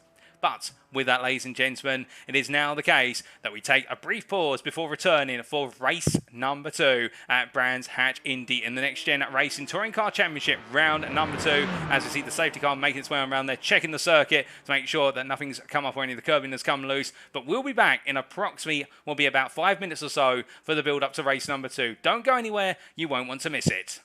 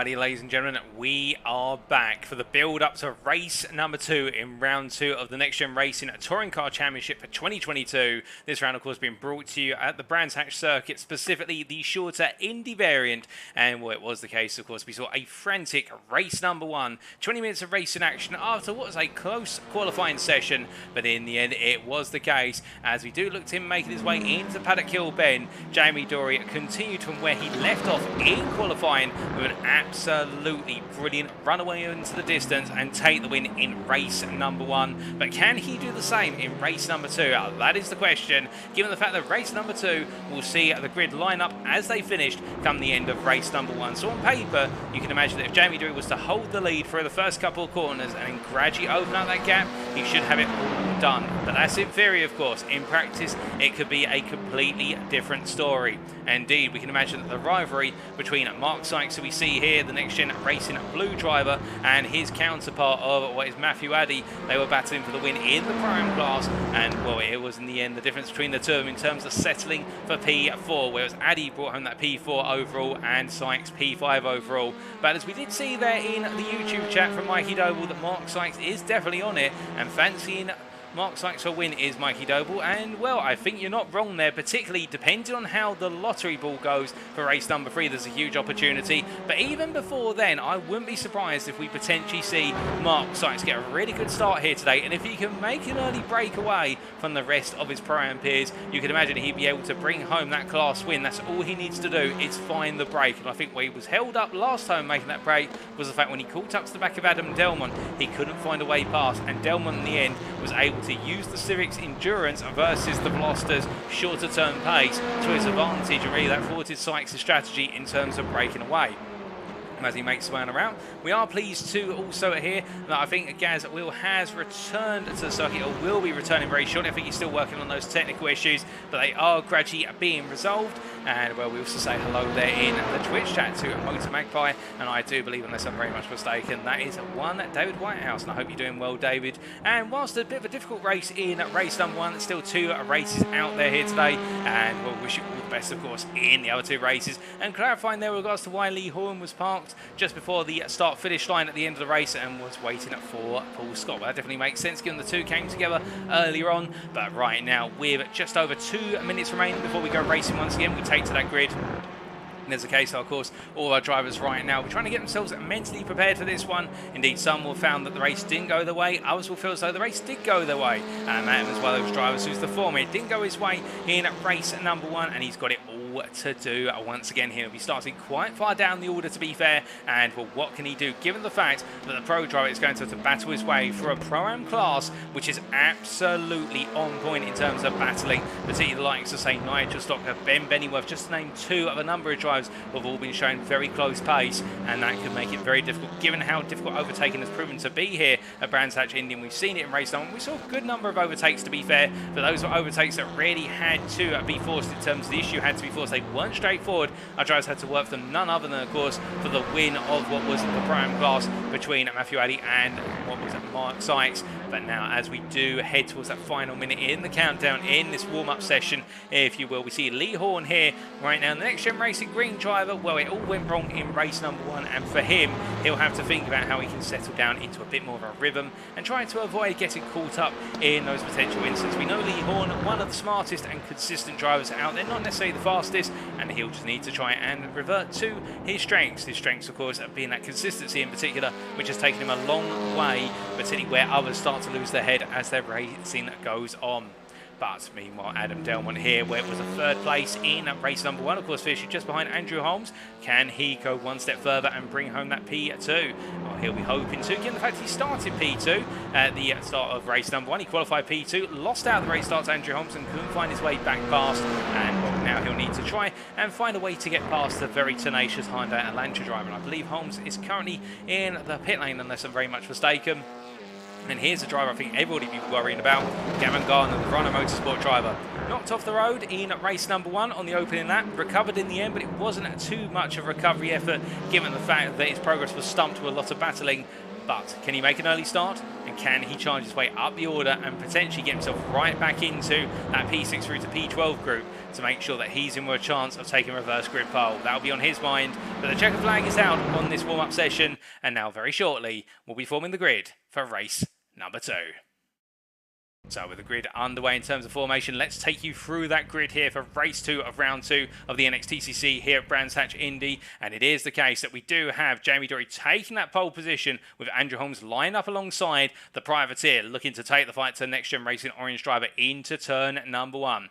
Adam Delmont and Matthew Addy make up row 2 with the Pro-Am driver there, P4. Then Mark Sykes and John Higgins Jr. make up our 3rd row, with Nigel Stock and John Burnham, the 2 close racing at Pro-Am drivers, P7, P8. On row number 5, Gavin Gardner, his recovery position to a B9. He'll be facing off against Ben Bennyworth in the run to turn 1. And then we'll have John Higgins Sr. and David Whitehouse line up on row number 6. Behind him on row number 7 will be what is there, Tom Delaney and Josh Brown, with the 2 pros of Lee Horn and Matt Evans P15 and P16. And then we do have Paul Scott and Gaz Will P17, P18, and Rob McGregor from HSR has made it to the grid. He'll start from the back, P19. They've been able to get the car out there in case he missed race 1. But without further ado, we're about to go racing. On red light, 2 red lights, 3 red lights, 4 red lights, 5 red lights. And it's lights out and away we go for race number 2 here at Brands Hatch as Jamie Dory once again looks to get a good start here versus Holmes. But Holmes has had a really good run off the line. But he's going to have to try and go round the outside here. Can he hold round the outside at least to make it too wide in the run up towards Drury's Bend? Well, as they come charging on up here, I think Jamie Dory's going to go very defensive if he wants to hold the position, given that Holmes is trying to go around the outside. But Holmes has to back off in the end. Meanwhile, Adam Delmont under major pressure here from the combination of Matthew Addy, John Higgins Jr. and Mark Sykes. But look at this, John Higgins Jr. up the inside in the run into Graham Hill Bend. Too wide with Mark Sykes there on the run out of the corner, and Higgins Jr. not holding firm in terms of waiting for the move later on. He wants to go for it now, and he gets that P5 there nice and early for Mark Sykes, who tucks in behind and gives him a tap on the rears. Meanwhile, that is Adam Delmont, who's had an off track there. He's got it wrong under braking into turn number 5, and as he rejoins, oh goodness me, literally there, Evans having to take a dodge right at last possible moment as Adam Delmont tried to return to the circuit, but they both survived it. Meanwhile, look at this, 2 by 2 they go into turn number 1 on lap number 2, and that's Tom Delaney trying to go around the outside of Lee Horn. He can't find it as he takes a bit too much apex curb. And behind, oh goodness me, Delaney drifts wide in front of him. That is also there, what is, I believe that's Lee Horn drifting wide, and Adam Delmont says, I'll take the 2 places, 1 thank you. And then David Whitehouse here now looking racy for P14 versus what is, I believe that's Delaney, but Delaney there gets his elbows out, and Whitehouse takes a little bit of grass, but just out keeps the car pointed in the right direction as they make the way down out of 3 and up towards 4. But as they come charging through, Adam Delmont makes his way there past Lee Horn up to P12, but Adam Delmont in the walls and Paul Scott as well in a whack to the wall coming out of Graham Hill Bend on the opening lap. And as they roll the way out of turn number 5 and onwards towards the timing line, we look from towards the back of the field to Gavin Gardner here, who right now has gained 3 places since the race start. He's up to P6, and well, we said watch out for the Rhino Motorsport driver, and he is absolutely flying. It has to be said, the man does not know when to stop, and we love him for it because he's going for it right now. And indeed the number 11 driver, his next target will be John Higgins Sr., who's in P3 in the Pro class, P5 on the road as they roll the way down the hill. But looking a bit further back there, we can see that Rob McGregor here, well, he started P19, he's already up to P11 is the Pro-Am driver. Remember, we heard from him in the post-round interview as we see running wide, that's Matt Evans, who'll rejoin the circuit very shortly, and he'll have to do so on the run into Surtees Bend. But it is the case Rob McGregor was saying the HSR team were looking to bring a huge package to what was Brands Hatch, and well, there was no lie there. They are really delivering, as meanwhile John Burnham here has to go defensive versus Josh Brown, and Josh Brown as well avoiding all the carnage on the opening laps. And it is the case that Josh Brown finds himself P9 with John Burnham up the inside there for P8 as they roll the way onto lap number 4 as they head down the hill and up towards Drury's Bend out to Paddock Hill. But as they do, it is the case here. You can see how Brown's trying to take a move to the inside, a bit too far back, then has to back out of it. But smart there, Josh Brown used the trail braking technique that a lot of drivers do to try and get the nose in, trying to dummy the potential move and get Burnham to open the door by out braking himself into the corner. But the front stacking and with Solo Racing driver not falling for it, and Josh Brown in the end finds himself between a rock and a hard place here as they all roll their way on through, and we ride on board here with Adam Delmont, who finds himself behind this pack of 3 Pro-Ams, looking to try and get his way back up there, given he's got the pace to potentially win this race. But as they make the way in the charge up towards the timing line here, you can see how Rob McGregor already on the right of your picture, looking up the inside of Brown, pinning Brown to the outside there. But as they make the way into Paddock Hill Bend, I think it's the case that McGregor tries to keep his nose in there, but Brown covers him off very nicely. But McGregor's going to get the move here, and Delmont as well is going to look for it in the run up the hill into the braking zone. But Delmont finds himself on the outside, and Josh Brown is squeezed between the two of them, and Brown's now going to have to defend the inside into Graham Hill Bend as they make the way under braking here. But Brown keeps at bay and keeps Adam Delmont in P11 for the time being. And Brown, whilst he may not have the pace to hold them forever, it is the case he's showing great tenacity right now, as meanwhile Rob McGregor makes his way very quickly past John Burnham there in the run up towards McLaren into what is their clearways. And meanwhile, is that another mistake from Adam Delmont going sideways? It is the case that Adam Delmont seems to have a problem at turn number 5. The car just keeps going sideways under braking,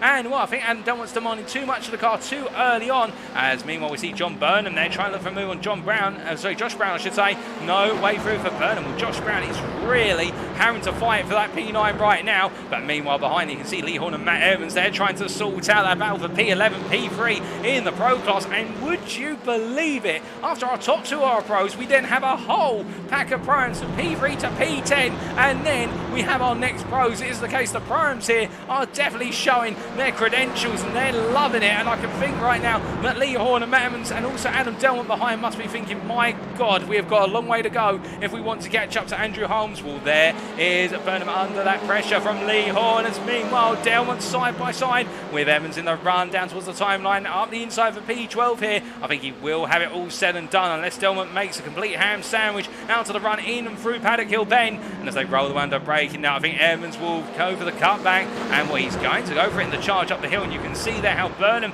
battling with Horn up ahead of them as they roll the way through. And Lee Horn here trying to defend now for that P10 after getting past Burnham out of Paddock Hill in the run up the hill, and he gets it done. Meanwhile, Adam Delmont continues to press the issue and finally steals that P12, or does he, as he runs very wide there. That may be a slowdown that Adam Delmont has to take as they make the way into the chicane. Well, it's the case that Delmont has got to slow down right now, or if he's going to serve it, perhaps he's waiting until the start-finish straight, given the fact that to really lift off in the run through turns 4 and 5, it's a no-go given how tight the circuit is. But with all that action calming down for a brief moment, let's take you through the top 10 order after what is 7 laps of racing. And as he goes on to lap number 8, Jamie Dory leads by a margin here of 1.4 seconds ahead of P2 driver Andrew Holmes. And again, much like last time, Andrew Holmes wasn't able to take the lead off of him and is sitting in P2 right now. Matthew Addy, P3, the best of the rest there, and also the leader of the Pro-Am class, the Next Gen Racing Green driver, doing everything he can to push onwards. And he has got Mark Sykes behind him, followed by John Higgins Sr. in P5. But Higgins Sr. has got Gavin Gardner, who's trying to go on the offensive that top 5 position as they make the way through Surtees and up into McLaren clearways, and as they roll the way through the right hand and then come on now onto the curve starts of the straight, which is known as the Clark curve for those who of the naming convention. It is the case that John Higgins Sr. here under a lot of pressure from Gavin Gardner, but I think will feel as though he's still out of position given the pace he's demonstrating, but he charges on in P6 does Gardner. Nigel Stock P7, then we have Rob McGregor P8, and then we come to our next pro as he makes the move there for P9 versus John Burnham. That is Lee Horn running P3 in the Pro class, P9 overall, John Burnham in P10, and then the next driver outside the top 10 in P11 is Adam Delmont, who right now, after a very tricky start, is trying to get himself back into the fight and particularly get himself as far up the order as possible to make sure he's in with that reverse grid. And well, he rolls his way through Graham Hill Bend here. All 3 drivers running a bit wide as we hear that Evans is into the pit lane. That's Matt Evans who's come on in. Ben Bennyworth with a retirement as well, where it's the case a couple of drivers have been caught up in incidents. But speaking of being caught up in incidents, we take a look back at what happened to Paul Scott on the opening lap. As it's making its way down the hill here, we ride on board with Paul Scott, and the car just coming loose, and then that, we saw him in the left-hand mirror there, that was David Whitehouse, I think, continued to send Paul Scott round. I don't think Whitehouse is at fault there, given the fact I don't think he had anywhere to go, but Paul Scott losing it through what was at Graham Hill Bend, and well, a very difficult moment there for Paul Scott as we return to live pictures, and we return as Adam Delmont here looks to move up the inside of John Burnham for P10. He gets it done there into Druids Bend, and as they roll the way down the hill and now in towards Graham Hill, will we see a return from Burnham? No, he stays behind there. I think it is the case that Adam Delmont has got it all said and done for the time being. But we look from them battling to the battle for P5, and we look back from the car of Higgins Senior. As you see there, the face of an Audi RS3, the Renault Motorsport machine piloted by Gavin Gardner as they charge out the final corner and onto that timeline. Well, Gardner has been running very close to the last 5 laps. You see Nigel Stock there as well, the Crest Autosport with Pebbles, Honda Civic getting into the mix here, and as they roll the way down the hill, it's Hyundai Elantra versus Audi RS3 versus Honda Civic in this battle. And Gardner there pulling to the outside at the last possible moment as they roll the way through, and as they come out of Druids Bend here, Gardner's still having to wait, really putting that pressure on, but Higgins Senior showing no signs of budging or succumbing to the pressure as they roll the way out of Graham Hill Bend this time around, and as they make the way all the way out towards Surtees and then McLaren. It is the case here, Higgins Senior doing very well to hold on, but I wonder how long it'll be before Nigel Stock starts to think, can I get involved in this battle for P6 and then go hunting after P5 myself, given that Gardner has seemingly struggled to find that last step in terms of the pace to make his way past Higgins Senior. But to be fair, we're not even halfway into this race yet. We've still got plenty of time to go. Indeed, it could be the case that Gardner's now trying to save the car a little bit, particularly the tyres, and try to protect them for towards the end of the race. And we expect the Elantra to really fall off and the Honda Civic to stay very firmly in contention as they roll the way out of Druids Bend this time around. We also take a look back to what happened earlier on to Adam Delman, particularly the first time when he started so far up the order, how he dropped down. This, of course, was in the opening lap as well, and as he made his way through McLaren and into, oh goodness, being the rear just coming round there, and we saw that multiple times for Delman on the opening lap, on lap 3, on lap 7 as well, and then the return to the circuit, which Evans did very well to dodge, but I don't think Delman was particularly in the wrong. He tried to keep it as far to the side as possible, so I think he might get given a slap on the wrist at most there, but Delman definitely pushing it very hard early on as we return to live pictures now, and indeed it is the case that Gavin Gardner chasing after still Higgins Senior as we ride on board here with Gavin Gardner. He's going to look around the outside into Druids Bend, and this could be the opportunity he's been looking for here. As you see, Higgins Senior goes a bit deep and has to park at apex, and Gardner showing an absolutely huge amount of patience here as they roll the way down to Graham Hill Bend. And well, you can imagine, given how much pace Higgins Senior is taking out of their race compared to the other drivers around them when he goes defensive, Gardner at this point, I think, will be wary of the fact that he does have Nigel Stock literally only 3 tenths behind him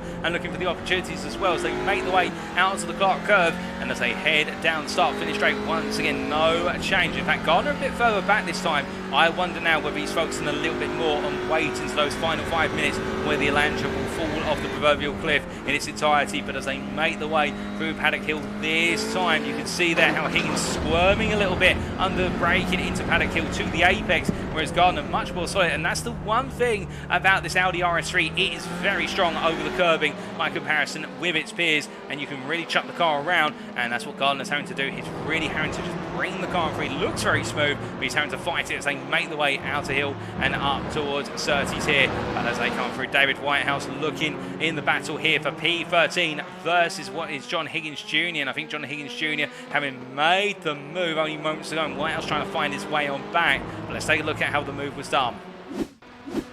Was in the run to Paddock Hill Bend, and we focus on John Higgins Jr. here, who looked up the inside, and Whitehouse, they're going a little bit deep, bit of door-to-door contact there as they made the way through the corner and up the hill in towards Druids, and the battle continued, and it was only as they made the way out to Druids did really Higgins Jr. get the move sealed and done in the run down towards Graham Hill Bend. But a nice pass there, albeit with some elbows out, still a good pass for P13. But as we return to the live pictures here now, it is the case that as their battle calms down for a brief moment, we still have 8 minutes left on the clock, and we do look to Gareth Will here, who's run a bit wide coming out of Graham Hill Bend, but it is the case, thankfully, it is one of the situations where Will has not had the technical issues from race number 1 come back to haunt him, and right now he's just trying to return to the circuit in a safe manner. Well, that's going to be a bit of a hairy one. I think Will had to return at some time. He puts it back on the grass again, and you do have to feel for the next-gen green driver here in the fact that, well, the car's definitely seen a lot of the green right now. It's greener that grass than it is in real life, I can imagine, given the heat wave that the UK is currently experiencing. But Will there still finding his feet, to be fair, and running in P16 ahead of Josh Brown and Matt Emmons, who has had to head to the pits, and also Ben Bennyworth with that retirement. But Will there just a bit unfortunate and out of sync. But as he rolls his way on down the round right now, it is the case that we look from our rookie to our drivers in the Prime class who continue to fight. And well, here is Mark Sykes in P4, and we're out of camera shot, but now you'll see it a bit more clearly on these longer distant cameras as our cameraman focuses on those. You can see that battle a bit further behind Mark Sykes in in the battle for P5 overall, or what is P3 in the Prime class, of John Higgins Sr. still leading Gavin Gardner and Nigel Stock as they make the way onto the start-finish straight this time around. And as they come charging on through, we do cheer on what is Gavin Gardner in the chat there, or at least, well, we say we do. It is the case. We see Sean Cranny Swash there in the YouTube chat cheering on Gavin, and it is the case as well. We say hello to Gianni Pirone in the YouTube chat. Hope you're doing well, Gianni, and I hope you're doing well, Sean, as well. But as I try to make the way on through, Higgins Sr. definitely looking very resilient right now, and this is a big test of Higgins Sr.'s capabilities in terms of defensive driving, because he hasn't got somebody who is going to just simply wait to be there. Gardner's been very, very respectful and very in the close racing, very consistent in terms of putting that pressure on, but not going too far as to give little taps or anything along those lines. But Higgins Sr. in return is doing very well to avoid making a single mistake. In fact, he makes his first mistake there, interesting enough, just outbraking himself beyond the apex of what was their turn number 5. And as they emerge onto what is Clearways and Clark Curve and onto the start-finish straight, I think this could be the sign of the battle that's now to reappear in terms of what we Gardner looking for the moves. You can see how close he is in the run through Paddock Hill Bend, and Higgins Sr. there having to hold the corner apex to take away Gardner's momentum as they roll the way on through what is Druids Bend here. Higgins Sr. once again making Gardner go the long way round, trying to thwart his pace, thwart his advantage. But Gardner, I think, is now going to look up the inside into Graham Hill. He does, but there's no way through.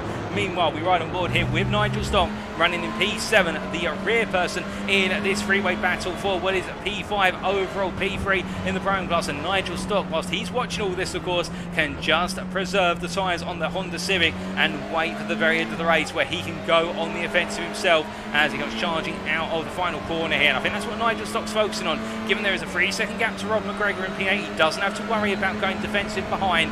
He's waiting to try and take these 2 places as that race continues to click down, with now only 5 minutes plus the final lap left on the clock. And this time you can see once again Gardner being made to go to the outside, and Nigel Stock's going to look up the inside this time. Gardner knows he's there, and Gardner's going to try and hang around the outside, keep the nose in there. But as they make their way down the hill, look at Gardner on the left still. He's trying to make sure that Stock can't get on through and hook himself right onto the rear of Higgins Sr. But surely in the end, somebody's going to have to give way. One of them is either going to fall off or lose a place. Nigel Stock, they're trying to get on the inside in the run to Surtees. Couldn't quite find it, didn't have the acceleration compared to the Audi. But as they roll their way through turn number 5 and head on through, it is the case that Nigel Stock now starting to show his fangs. He's been waiting a long time in the wings in this battle, but now the waiting is the case. It's over, and he's now going on the hunt. He wants that P3. He wants to be on the prime podium, as we see there Higgins Sr. going very defensive into Paddock Hill Bend, but he's overcooked it on the brakes there. He understeers wide, and in return it means that both drivers get on through. Gardner goes up into P5, Nigel Stock up into P6. Now the question will be, of course, can Higgins Sr. come back at them at all? Can Nigel Stock reel in Gavin Gardner, as Gavin Gardner has been given literally the freedom to run? But to be fair, of all that battling, it is the case that Gardner is only 2 seconds over the back of Mark Sykes, who's running P2 in the Prime class, P4 overall. I wouldn't be surprised if Gardner tries to push on for that P2 at this point, given the limited gap. And you can see them all in camera shot there as they roll their way through turn number 5. But as they come charging on through, and now towards the end of this lap and on to another, we take a look back of that move, which was absolutely clinical, I think, for both Gardner and also Stock in terms of the remainder of the race.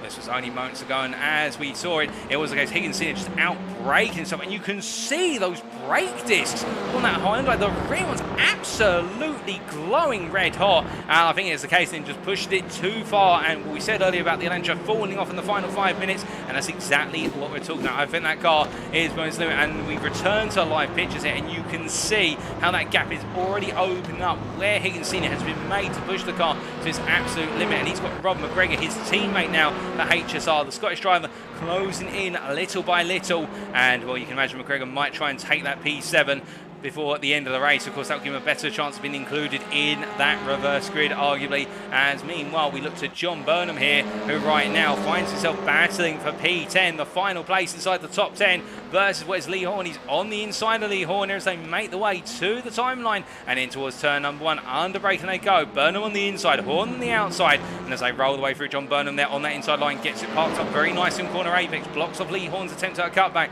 But Lee Horn will now try and carry the momentum, plus also the ability to brake late in the Honda Civic. Up the inside into Druids Bend. Burnham holds down the outside here, but Lee Horn retakes the position for P10 as they make their way down the hill. 2 minutes left on the clock. The race leader making his way to the timeline. I think we will have 3 more laps after this one that we see Burnham and Horn on, but as they make the way across the run through the chicane and up towards the McLaren into Clearways corner sequence, it is the case. You can see Burnham not giving up on this yet. Meanwhile, we look to our leader here of Jamie Dory, and as he charges up towards Druids Bend, he has an advantage of what is 3.7 seconds to Andrew Holmes running in P2. In Holmes, well, the lap times are starting to fade away by a couple attempts a lap versus Jamie Dory, and then we have Matthew Addy here, who is closing gradually. In fact, right now, Matthew Addy is the second fastest driver out on circuit. The fastest is Adam Delmont down in P9, but Matthew Addy, the Next Gen Racing green driver, has been waiting until the very end to deploy his pace. Could he potentially chase after Andrew Holmes for a P2 overall? That would be something spectacular.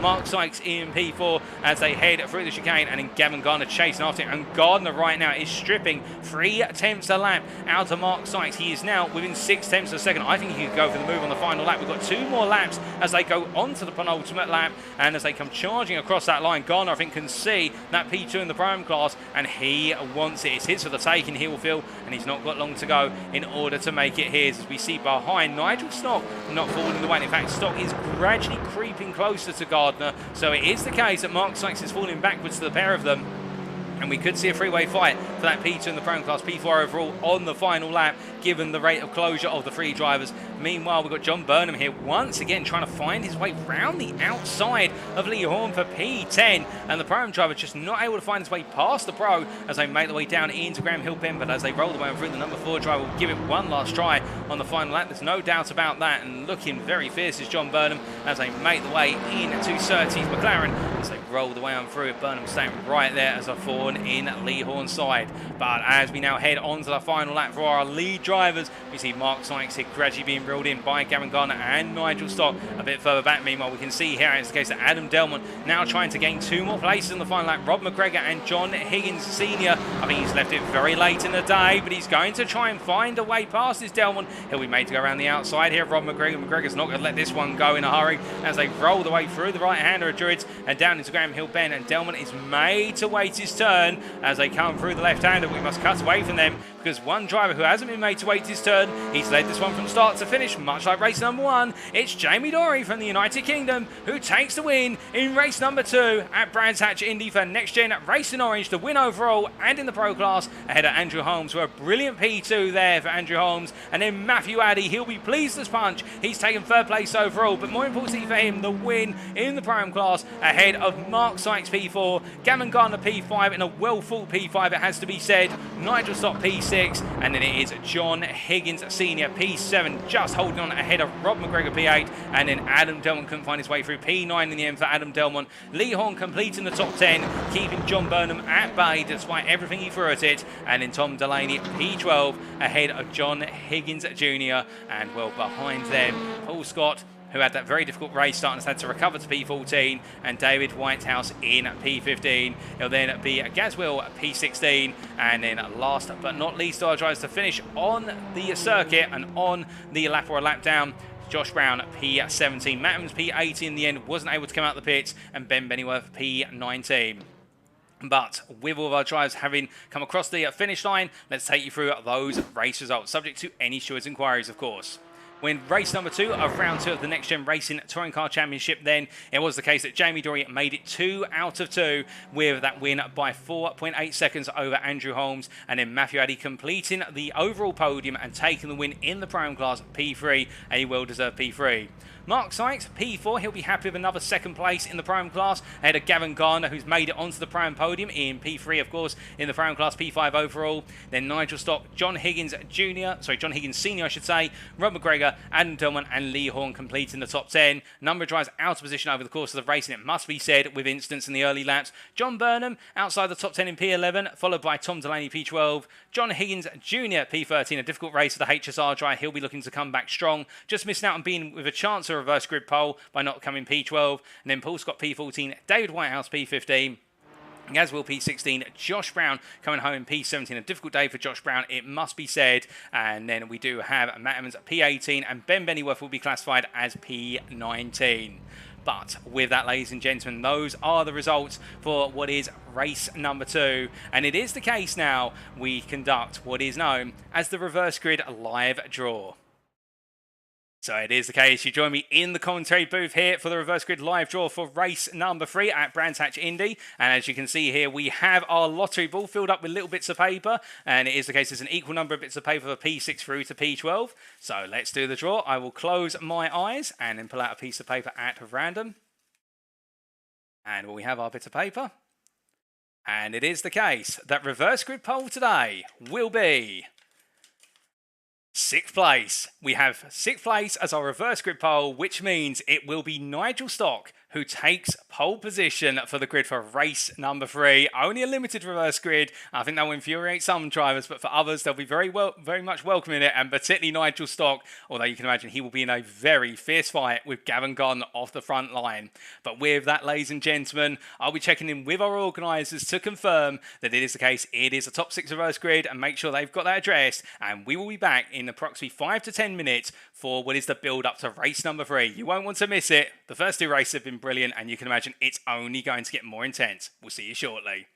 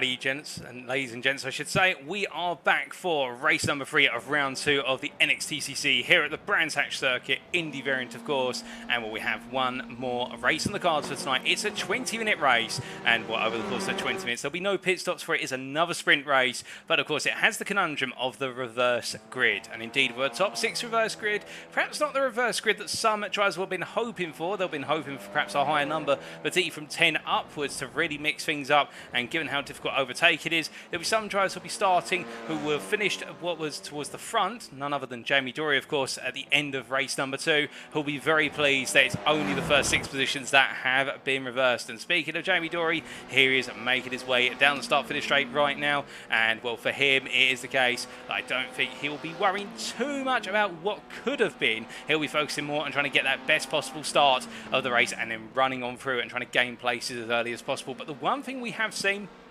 in regards to that Honda Civic is that whilst it does launch well, it doesn't launch as well as, say, the Hyundai Elantras. If the Elantra launches perfectly, and indeed it'll be the case that drivers such as John Higgins Sr. will be looking to get that ideal launch, and that will be the big challenge, of course, the battles into turns 1 and 2 where the field all comes together. But I think the big pressure will be on Nigel Stock in particular, as we see him there making his way out to Driz. In fact, gradually bringing the car to a halt there. He'll be starting on pole. It was his first pole position of the season, and well, starting on that pole with his fellow Pro-Am drivers alongside him of what is Gavin Garner starting P2. It's a big opportunity for both Stock and Gardner. You can imagine they'll both be wanting to try and bring home what is an overall win, not just the Pro-Am win, but could either of them do it? And well, I think we do have a number of you tuning in, supporting what is Rhino Motorsport, and I can imagine you'll all be thinking right now, what is the art of possible? And we do appreciate the compliment there from yourself at Sean Cranley's watching the YouTube chat, saying that touring car racing is great watching on these short tracks, better than watching GT3s at Spa. It is the case also. Chris Danes is saying a great race from Gavin, as in Gavin Garner, absolutely solid. Also, one driver who has been definitely showing great pace as well, Mark Sykes here, and as he makes his way uphill into the braking zone for Druids, he'll be thinking about what's possible in race number 3, given he's within that reverse grid, having finished in P2 in the Pro-Am class, what was P4 overall, unless my memory deceives me. It is the case he'll be starting in what will be a P3 on the grid, and in the little Veloster, he'll be hoping to get a good start, and could he perhaps even, as perhaps predicted by Mikey Doble at the start of the broadcast during race number 1, could we see Mark Sykes have a chance of picking up, if not an overall win, then the Pro-Am win? The possibilities are endless. We'll have to wait to see who comes out on top as we see Sykes making his way on into the pit lane there. He's all set. Meanwhile, Matt Emmons here. Fortunes going the opposite way for Matt Emmons afterwards. A good day at Donington. It really has been a difficult day for Matt Emmons at the Brands Hatch Indy circuit. In fact, the NXTGEN Racing Green driver has just not had anything go his way. He's had an uphill battle in both races and qualifying, and well, will it be the case it's an easier one here in race number 3? We will have to see. And it is the same there for in front of him, Lee Horn. Lee Horn having some difficult races as well, particularly that contact in race number 2 and also race number 1. It is the case that the Briton has got it all to do in this final race of this evening as he rolls his way down the round through Druids here on his final warm-up lap, if you will, given we are 20 seconds away from making the grid. And when the grid is formed, of course, we will have, as I understand it, 19 drivers taken to the grid once again. Rob McGregor missing race number 1 and qualifying, but it is the case he was in race number 2, and we're going to be seeing the HSR driver for HSR Racing, of course, the Scottish driver. He'll be going racing once again in race number 3. An absolute joy to always watch Rob McGregor, much like the rest of his HSR colleagues. But the checker flag is now out on this final warm-up session, and now we wait for the formation of the grid.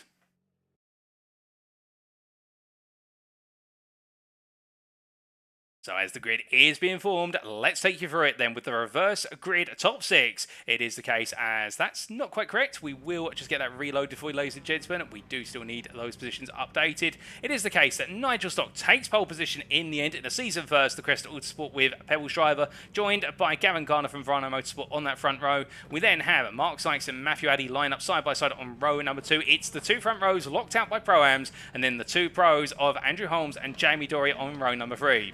John Higgins Sr. on what is row number 4, joined by Rob McGregor. The two HSR drivers will look to work together, no doubt, with Adam Delman and Lee Horn on row number 5. John Burnham and Tom Delaney at P11, P12 on row number 6, and behind them will be there John Higgins Jr. and Paul Scott, followed by David Whitehouse and Gaz Will on row number 8. Then we'll have Matt Emmons and Ben Bennyworth line up on our final row, and I do believe it is the case that Josh Brown has not been able to take to the grid, unfortunately, so we'll have 18 cars going racing here for our final race of today, but it's now time for the lights.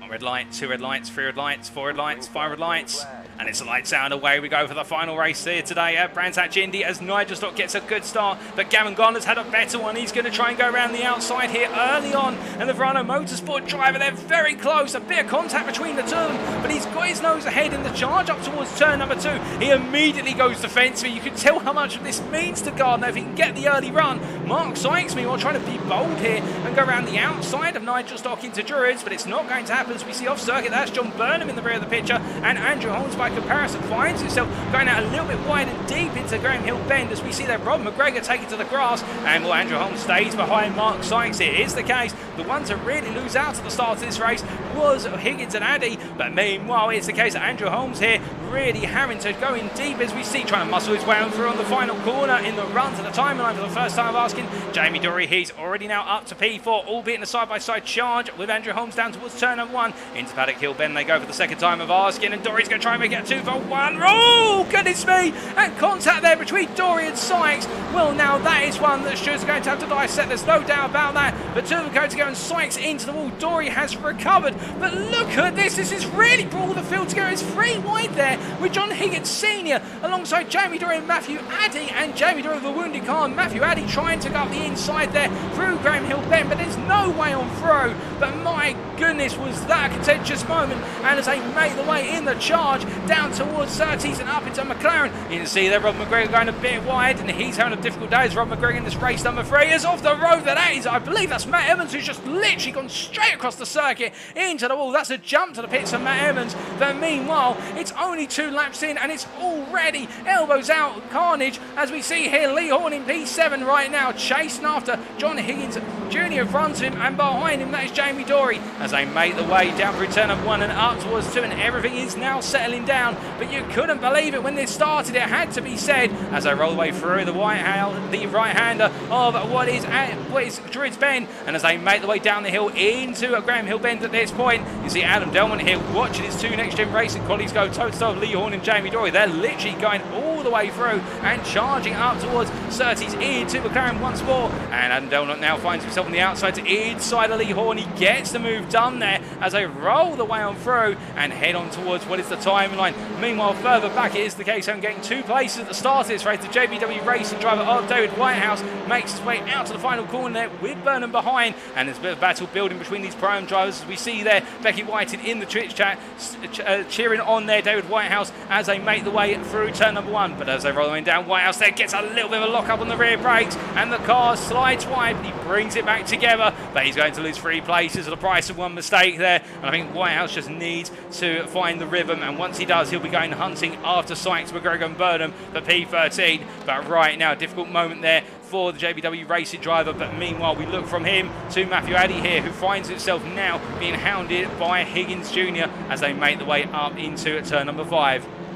As they roll the way through the right-hander here and onwards to the timeline. It is the case only 3 minutes in, and we've had a major shake-up in the order so far, particularly in that midfield, in the battle for what is the top 5. And you can see a bit further back there, Paul Scott, he's going 4 places since the start, and he's going hunting after what is Lee Horn there for P9, but he's having to wait for the meantime as ahead of them Jamie Dory trying to make the move here on Higgins Jr., but he in turn is also having to wait and watch, and we ride on board here with Jamie Dory as he stays very close behind our Lancia of Higgins, and as they make the way down into turn number 3, no way through for Dory at this time. He has to simply wait and look for that opportunity as they roll the way up into the chicane. Meanwhile, Burnham and McGregor are battling further down the order. It's said into Druid's Bend and coming out of it. But Jamie Dory definitely right now feeling the pain of what's that difficult start to the race, and that contact with Mark Sykes, I think just a little bit over-eager to get the move done on Sykes, and it's made things harder than it needed to be as they charge across the timeline and on to lap number 6 they go. And Dory's going to look around the outside in, switches back to the inside, throws a dummy there to try and get Higgins to think he's safe in the run through Paddock Hill Bend, but nobody's ever safe when Dory's on the charge as they run the way. Oh, goodness me, and it's contact there between the two of them, and Dory just coming in a little bit too hot with the switchback and tapping the rear of what was Higgins Jr.'s car. And well, you can imagine that Higgins Jr. will not be too pleased for that. He drops down to P12 with Rob McGregor with him, and as they roll the way on 3 and see Dory there giving the place back as they go racing through Graham Hill Bend. And as they do, well, it is the case. I think Jamie Dory has been involved in a couple of major incidents in this race so far. And speaking of a major incident, we take a look back at what happened to Mark Sykes early on in the race. It was Mark Sykes making his way off track and into the wall there for Mark Sykes. And well, that was the contact with Jamie Dory, of course. And when he rejoined, he's rejoined all the way down towards the back of the order. And a very difficult moment there for Sykes indeed. But as he had it all go wrong for him, we also saw Emmons into the wall earlier on. And well, that was very unfortunate for Emmons in the run up towards McLaren course. So a couple of drivers really falling short. And Emmons and also Brown have had to retire from the race. In fact, Brown not taken to the grid due to issues with the car and not making it to the grid in time. That's very unfortunate for Josh Brown. But meanwhile, as our drivers make the one through, we look to our leaders here. And here is Gavin Garner having made the early start on Nigel Stock as they roll their way through the final corner. It is the case that Garner definitely under pressure here from Nigel Stock. He made the jump, he went round the outside, and I think at that point he was thinking, right, I've got it done and dusted. But Nigel Stock has other ideas. But also you can see that Andrew Holmes here in P3, our pro leader right now, does not want the Proms to have it their own way. He wants to take that overall win, of course, to get as many points as possible in the overall championship as well as in the pro championship. And as they roll their way through Druids this time, Holmes definitely looking menacing as they come down the hill and in towards Graham Hill Bend. But as they roll the way through the left hand, a lovely camera shot showing the perspective of the sun over the cars as the sun gradually settles. It is the case. You see Andrew Holmes really right now running on the back of Nigel Stock and waiting for that opportunity. But I think he needs to go for it sooner rather than later. Indeed, he looks up the inside here through what is the run to turn number 5 through McLaren, out of clearways and onto Clark Curve. But the thing for Holmes is he can get alongside initially, but then Stock has the width of the corner to be able to put his foot down more comfortably compared to Holmes, and he stays ahead. But this is going to release Gavin Garner for a brief period of time, given that Stock is defending hard here, and that's what Stock really needs to do. He can afford to defend more, given the fact that Honda will last deeper into the race compared to the cars around him. So he has got that ability to essentially go defensive nice and early. He doesn't have to think about hunting Garner down now. But meanwhile, a bit further back, we can see that Higgins Sr. here under pressure from Matthew Addy as they roll their way on through Druids and through Graham Hill Bend. But as they head on out of the corner right now, it is the case that Higgins Sr. still stays ahead. But Paul Scott, one really to talk about, and gained 8 places since the start. The next-gen blue driver here absolutely flying. And it's the same for Ben Bennyworth, gaining 11 places. He started P19. Let's not forget that. And he's made his way all the way out to P8, staying clear of the carnage. And we are hearing the Mark Sykes and Jamie Dory into the pits, both drivers there. And here's the case, of course, both with major damage to their cars. And there's no surprise they may be having some repair work going on right now. As meanwhile, we look to wait for him for a brief while. And this is Nigel Stock under pressure here for P2 versus Andrew Holmes. And Andrew Holmes getting the move done up the inside into Druids Bend as they roll on out. And now, of course, this will present the ultimate challenge to Gavin Gardner. He will have the fast charge of Andrew Holmes behind him. And Nigel Stock, I think, will ride along behind Andrew Holmes and be hoping that he can be pulled up to the pair of them to go contesting the win later on in the race as they make their way through Surtees into McLaren. And as they come through the right-hander at turn number 5, it is the case a bit further back. Higgins Sr. under major pressure here from Matthew Addy in the battle for P4, P3 in the Prime class effectively. And Addy definitely starting to tighten that pressure as they roll the way across that timeline and on to lap number 11. We're not even half the way into this race yet, and still we've got plenty of battles to come. Indeed, much to still be decided as they roll the way on through. Meanwhile, we spoke about him earlier making moves, and here he comes, David Whitehouse, looking around the outside here of Higgins Jr. for P12 as they roll the way on through. And Whitehouse going for the cutback here. He's made a couple of places already, Whitehouse, since we saw him drop off, and Higgins Jr. just covers him off there. But as they make the way into Druids, Druids. Well, I think very close there. I think David Whitehouse would argue that there was a double move from Higgins Jr. Again, that's open to interpretation. The shoulds will take a look at that one if he does spit the report. But you can see that Higgins Jr. definitely knowing that Whitehouse is coming for the position as they make the way on through Graham Hill and up to Surtees. But as they roll through the left into a right combination here, it's the case of Whitehouse definitely looking strong, and Higgins Jr. with some damage to that car. I think right now trying to limp around for the remainder of this race. You can see it on the front right hand side there from the driver's perspective. That Elantra definitely not looking happy.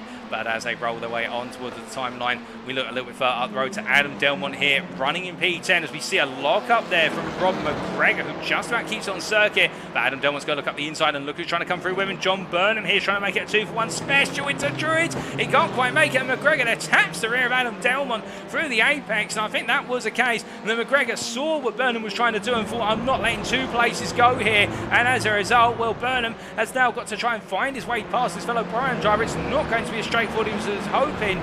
Meanwhile, a bit further up the road, Matthew Addy here battling for P5 with Paul Scott. Paul Scott going on the charge now, and Addy under pressure, and this is releasing Higgins Sr. to the distance. As they make their way across the timeline, 10 minutes complete. We have still got 10 minutes to go in this race, plus the final lap. And indeed, as you say there, Phil McDougall in the YouTube chat, proper touring car action. Brands Hatch has delivered in the NXTCC series. And we can see here it's the case that Paul Scott right now trying to find his way through. He can't find it. And Matthew Addy at this time starting to open a little bit of a gap up. I wonder if there was a mistake from Addy on that previous lap. And that's why we saw the two of them come together. But meanwhile, as we look from them to our leader, Gavin Gardner here, well, here is your prime who is leading right now ahead of the pro of Andrew Holmes, and that gap stands at 2 seconds almost as they roll the way on through the final corner. Now, of course, for Andrew Holmes, the challenge for him is he really needs to close this gap down within the next 4 to 5 minutes, because when we get to 15 to 16 minutes, then you will see Nigel Stock behind really start to come onto the pace in that Honda Civic. The Honda doesn't have the pace right now, but it will as the race goes on, because of the way it's able to preserve its tyres and the way drivers can go a bit bolder on the brakes by comparison, and Holmes is wary of that. And in terms of lap times, it is the case that Gavin Gardner, the fastest man on circuit right now, only being matched by Adam Delmont down in P9,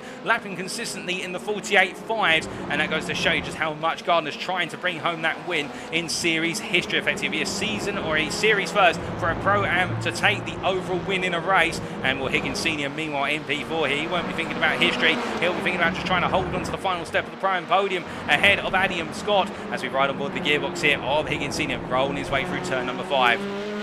Now, what's very interesting there, as you saw them make the way through the apex, is how Higgins Sr. had to take a lot more apex cover and actually taking a little bit of grass with him compared to Addy and Scott there. But Higgins able to use that plenty of apex in order to rotate the car through the corner, whereas Addy and Scott do it a bit more, I think, on the brakes by comparison. But as they make the way down through Paddock Hill Bend, a wonderful shot back here, of course, gives you a sense of perspective of the drop from the hill and then the rise back up to Druids Bend. You can see how Addy gets in very close, in fact, getting way too close for our cameraman. Also, our position camera, I should say. There's not a cameraman riding on the back of Higgins Sr.'s car, but as they roll over, a tap to the rear there of Higgins Sr. from Matthew Addy as they make their way through the left-hander, and as they go charging on down towards where it turns 5 and 6, no change between them. As meanwhile, Addy there, in fact, a little bit out of line, and Paul Scott will now look for the opportunity as they come on through the right-hander. But as they make their way out, it's not going to be instantaneous. I think that it's the case that Paul Scott here will try to look for the run all the way to turn 1. We know that Audi's fast in a straight line compared to the Honda, but it needs time to deploy that straight line speed.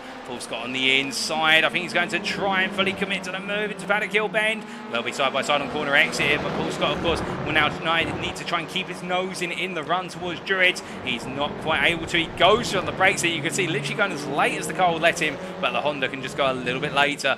Matthew Addy stays ahead, but as they roll the way down the hill, meanwhile, Tom Delaney, and something we haven't really talked about Tom Delaney, it is the case, he's gained 5 places since the start, running P7 right now. This is a season best for the SVPMR with Ignium Motorsport driver, and we're under pressure here from Ben Bennyworth, but Bennyworth's got a lot to do to find his way on through, and Adam Delmont also just behind him P9 there, and if Delaney can hold on to this for remaining time, or force Delmont and Bennyworth to fight, he may have a very comfortable P7. Indeed, a lot of points to take home in this final race. You can see there Delman trying to get the door open as they make their way through the Clark curve and onto the start-finish straight. And Delman right now trying to just keep into West Paddock Hill Bend on that inside line. And as they make their way down through the apex there, they're still side by side. And Delman at this point, he's going to have to commit to the inside into Druids here. Bennyworth is not giving this up. He knows that Delman, once he gets past, he will be gone. But Delman up the inside into Druids there. And I don't think Bennyworth has got any pace. Although I say that, and then he proves me wrong by going for it on the brakes there very late into Graham Hill Bend. A good run there from Bennyworth,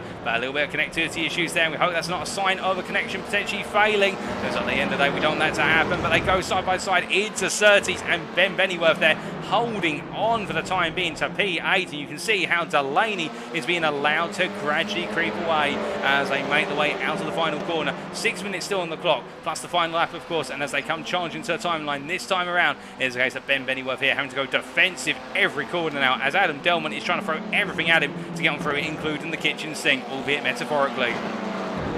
As they make their way out of the first corner, up the hill once again. Delman once again looking for that move behind. Rob McGregor and John Burnham coming to blows here, as it is the case of McGregor trying to hold off of Burnham. Burnham looking for the move, but no way through. A bit further back there, you can see it is the case that we do have what is, I believe, Jamie Dory a lap down coming up behind this pack, and I think you have to just sit and watch. But as they roll the way into turns 4 and 5 here, it is no way through for Burnham at this time. And what we see there in the Facebook chat, Mark Sykes saying gutted for race 3. For me, was really enjoying this evening. Indeed, it was unfortunate, Mark, but we do look forward to seeing you back out on circuit in a week's time, given you're absolutely stellar today, and that pace and that velocity was absolutely flying.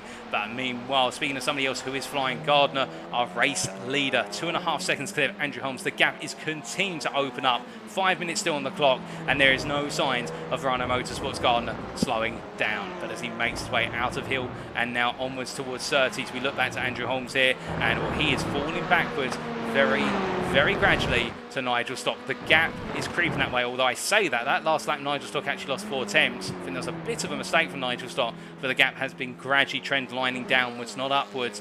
But then we look from them, our top 3, to the battle, of course, of P4 here, the last spot on the Pro-Am podium, and it's being held by Higgins Sr., but he has still got Matthew Addy almost pushing him along. It's Matthew Addy at this point, as if he stopped making his way through the camera there, and as they head into a Paddock Hill Bend this time around, Addy continuing to go aggressive, continuing to look for those cutbacks, but he just can't seem to find them. It is the case that Higgins Sr. has a way through, but this time, could I be proven wrong here? It's the case that Addy goes, and that was a very late move from Addy on the brakes, but to be fair, that's stopping power in the Honda, and Higgins Sr. he's not letting this go. He's thinking, oh, okay, if you can go late on the brakes, I can do it too. And what he proves, it's not just the Honda that can be bold, the Elantra can as well. Although I hate to imagine how much he's stripping out those brakes and the tyres in the Elantra is Higgins Sr. As they go side by side here, it's a Surtees, there's a knock, there's still rubbing in all the way through, and up to turn 5 they go. And Addy gets ahead for the time being, but you can imagine Higgins Sr. is not going to let this go as we ride on board here with our P5 driver as they make the way down towards turn number 1. And he's going to look up the inside, there's no doubt about this, as they roll the way under, braking into the corner, and as they do, Higgins goes to the move here, and Addy will look for the cutback. It's literally deja vu, albeit Higgins now on the offensive, and Addy there takes 2 wheels to the grass. He's not letting this go. He doesn't want Higgins sooner to get any comfortable in terms of being in that P4 position, and well, they made their way side by side now down into the run into Graham Hill Bend. This is brilliant stuff between the two of them, and behind there is Paul Scott. He fell back from this battle a while back, but Higgins Sr. has held on to that P4, albeit he's had to really push for it, and as they roll the way through turn 4 and up into turn 5, it is the case that Paul Scott now will be thinking, okay, I want a shot at this, I want as minimum a P5 here, if not a P4 as well. And as they make their way on through the final curve and on towards that start-finish straight, we look a bit further back to Adam Delmont here, who has found his way past Tom Delaney. That's happened off camera, and in fact we can bring you a replay of what happened between the two of them. But this was only moments ago, and now it's Delaney defending from Ben Bennyworth, and I'm not sure there was a bit of contact between Delaney and Bennyworth, but you can see Delmont picking up the pieces there, as I think Ben Bennyworth would argue perhaps he was forced a little bit wide, but we haven't had the best camera angle to know if it was a force wide where Bennyworth just simply tried to power down too soon. But Delmont, they're capitalising on the situation, and as we return to live pictures, he's now up to P7, and let me just point out, would you believe it, that P7 for the Pro driver is P2 in the Pro class. That shows you how strong the Pro-Ams have have come on here today at Brands Hatch Indy. They are absolutely flying. And, well, Adam Delman right now, I think at this point will be having to pinch himself that he is technically in P2 within his class with 2 minutes to go. But as they make the way around, and it is the case, they charge down the start-finish straight with a bit further up the road. Higgins Senior continues to defend there, and as they roll the way through turn number 1, no change at the moment. But I say that Higgins Senior just covers off Addy as Addy tries to get his nose in to the braking zone run towards Druids Bend. No way through, but at this point you can imagine that Higgins Senior is just doing everything he can to force Addy backwards towards Paul Scott. There's no way anymore that they're running on what is essentially outright pace. Staying ahead at this point is all about making the car as wide as possible, and Paul Scott behind, well, with 1.5 minutes to go. If he's going to go for a move here, he needs to think about getting the move on, because as our leader crosses the timing line, there's only 2 laps left for everybody by the time these guys cross that timing line as well. And, well, I tell you one thing, Rich W in the YouTube chat, if I was paid by the word, I think I would be in the millions right now, because these guys do not stop presenting the action, I can tell you that. And as they roll the way into turn number 1, in this case that Higgins Senior heading down the hill, holds on for the time being and gets it positioned very well this time. Really brings the car across nice and early, and that's what Addy was not hoping for. He's been made to go all the way round. Meanwhile, a bit further back here, Tom Delaney up the inside of Bennyworth. In fact, Bennyworth trying to go round the outside, it should be pointed out, for that P8. Delaney having to go defensive here, and SVPMR driver under major pressure, and Bennyworth goes up the inside into Graham Hill Bend, but Delaney looks at the cut back here. But I think Bennyworth has finally got it done,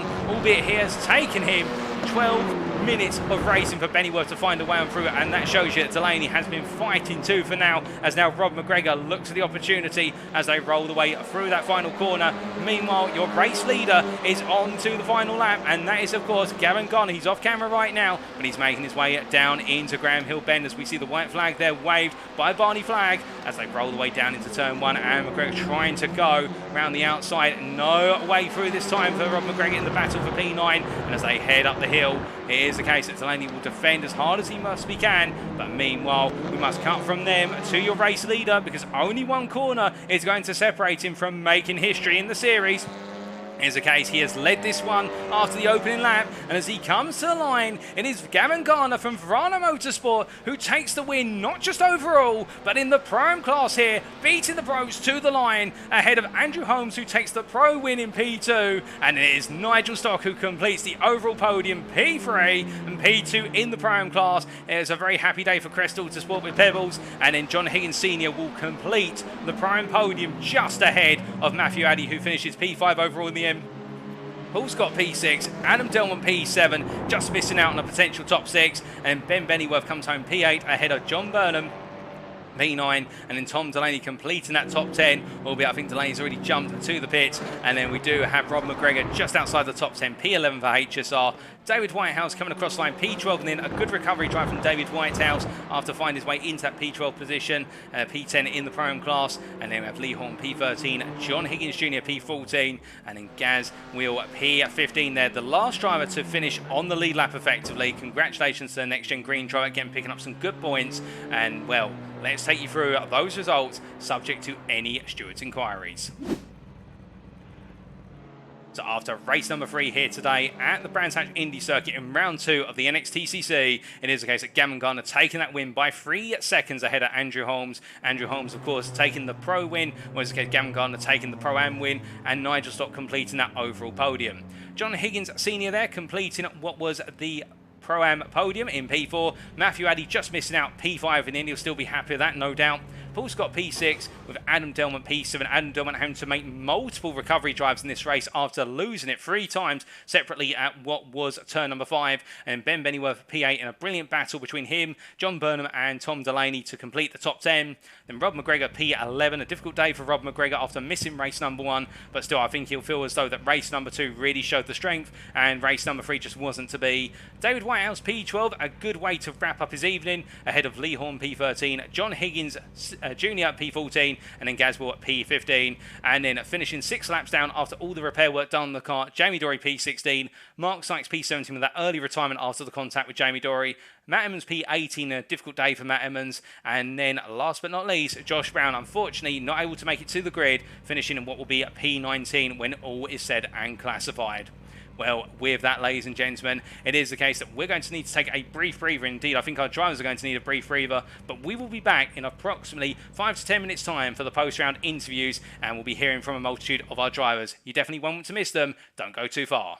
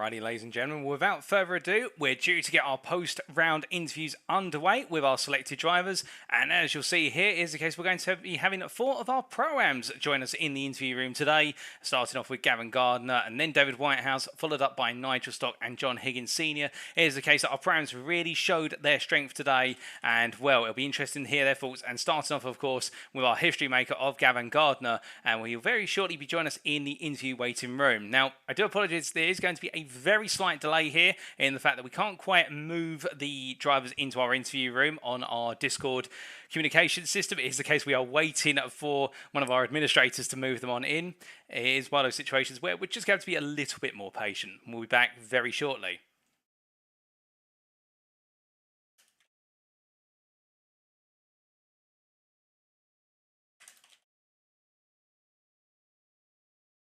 But as we are waiting, of course, brilliant battling up and down the field from start to finish. And, well, we can see there's some of your thoughts in the chat about those battles. But here he joins us. Gavin, as you join us in the interview room, a fantastic trio of races today in your debut in the series. And, well, what better way than to put the cherry on top with the overall win in race number 3? A perfect day, surely.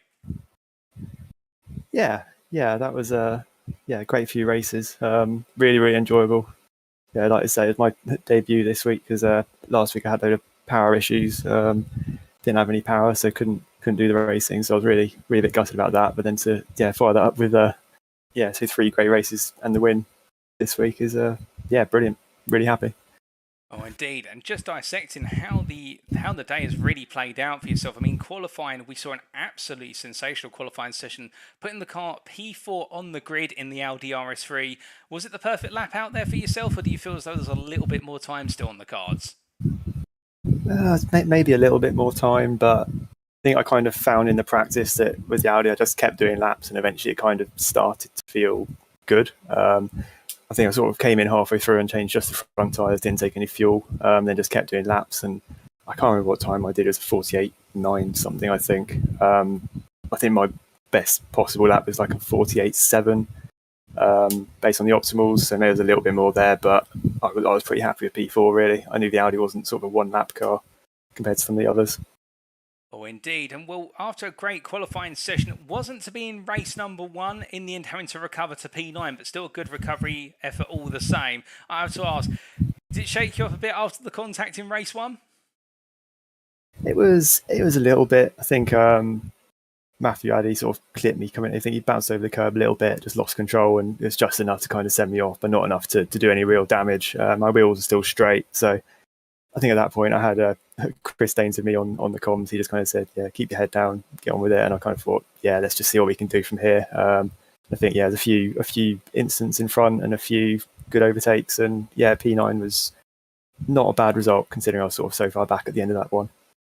Oh, indeed. And then translating it into a race number 2, we saw you charge your way into P5 come the finish in a very determined drive right from the start, gaining places as well. Did you have a particular tactic for race number 2? Because it was almost as if we saw the beast unleashed in that Audi in the second race. My tactic was just to drive as fast as I could. They're not particularly long races, so I wasn't too worried about tyre wear. I knew that the Audi was better towards the end, so I guess I was just trying to be as good as hard as possible. I think the other place the Audi is really good is off the start line, so I think I tried to get as many places off the start as I could. I don't think I made any overtakes off the start, but I was certainly right up behind the cars in front at that point.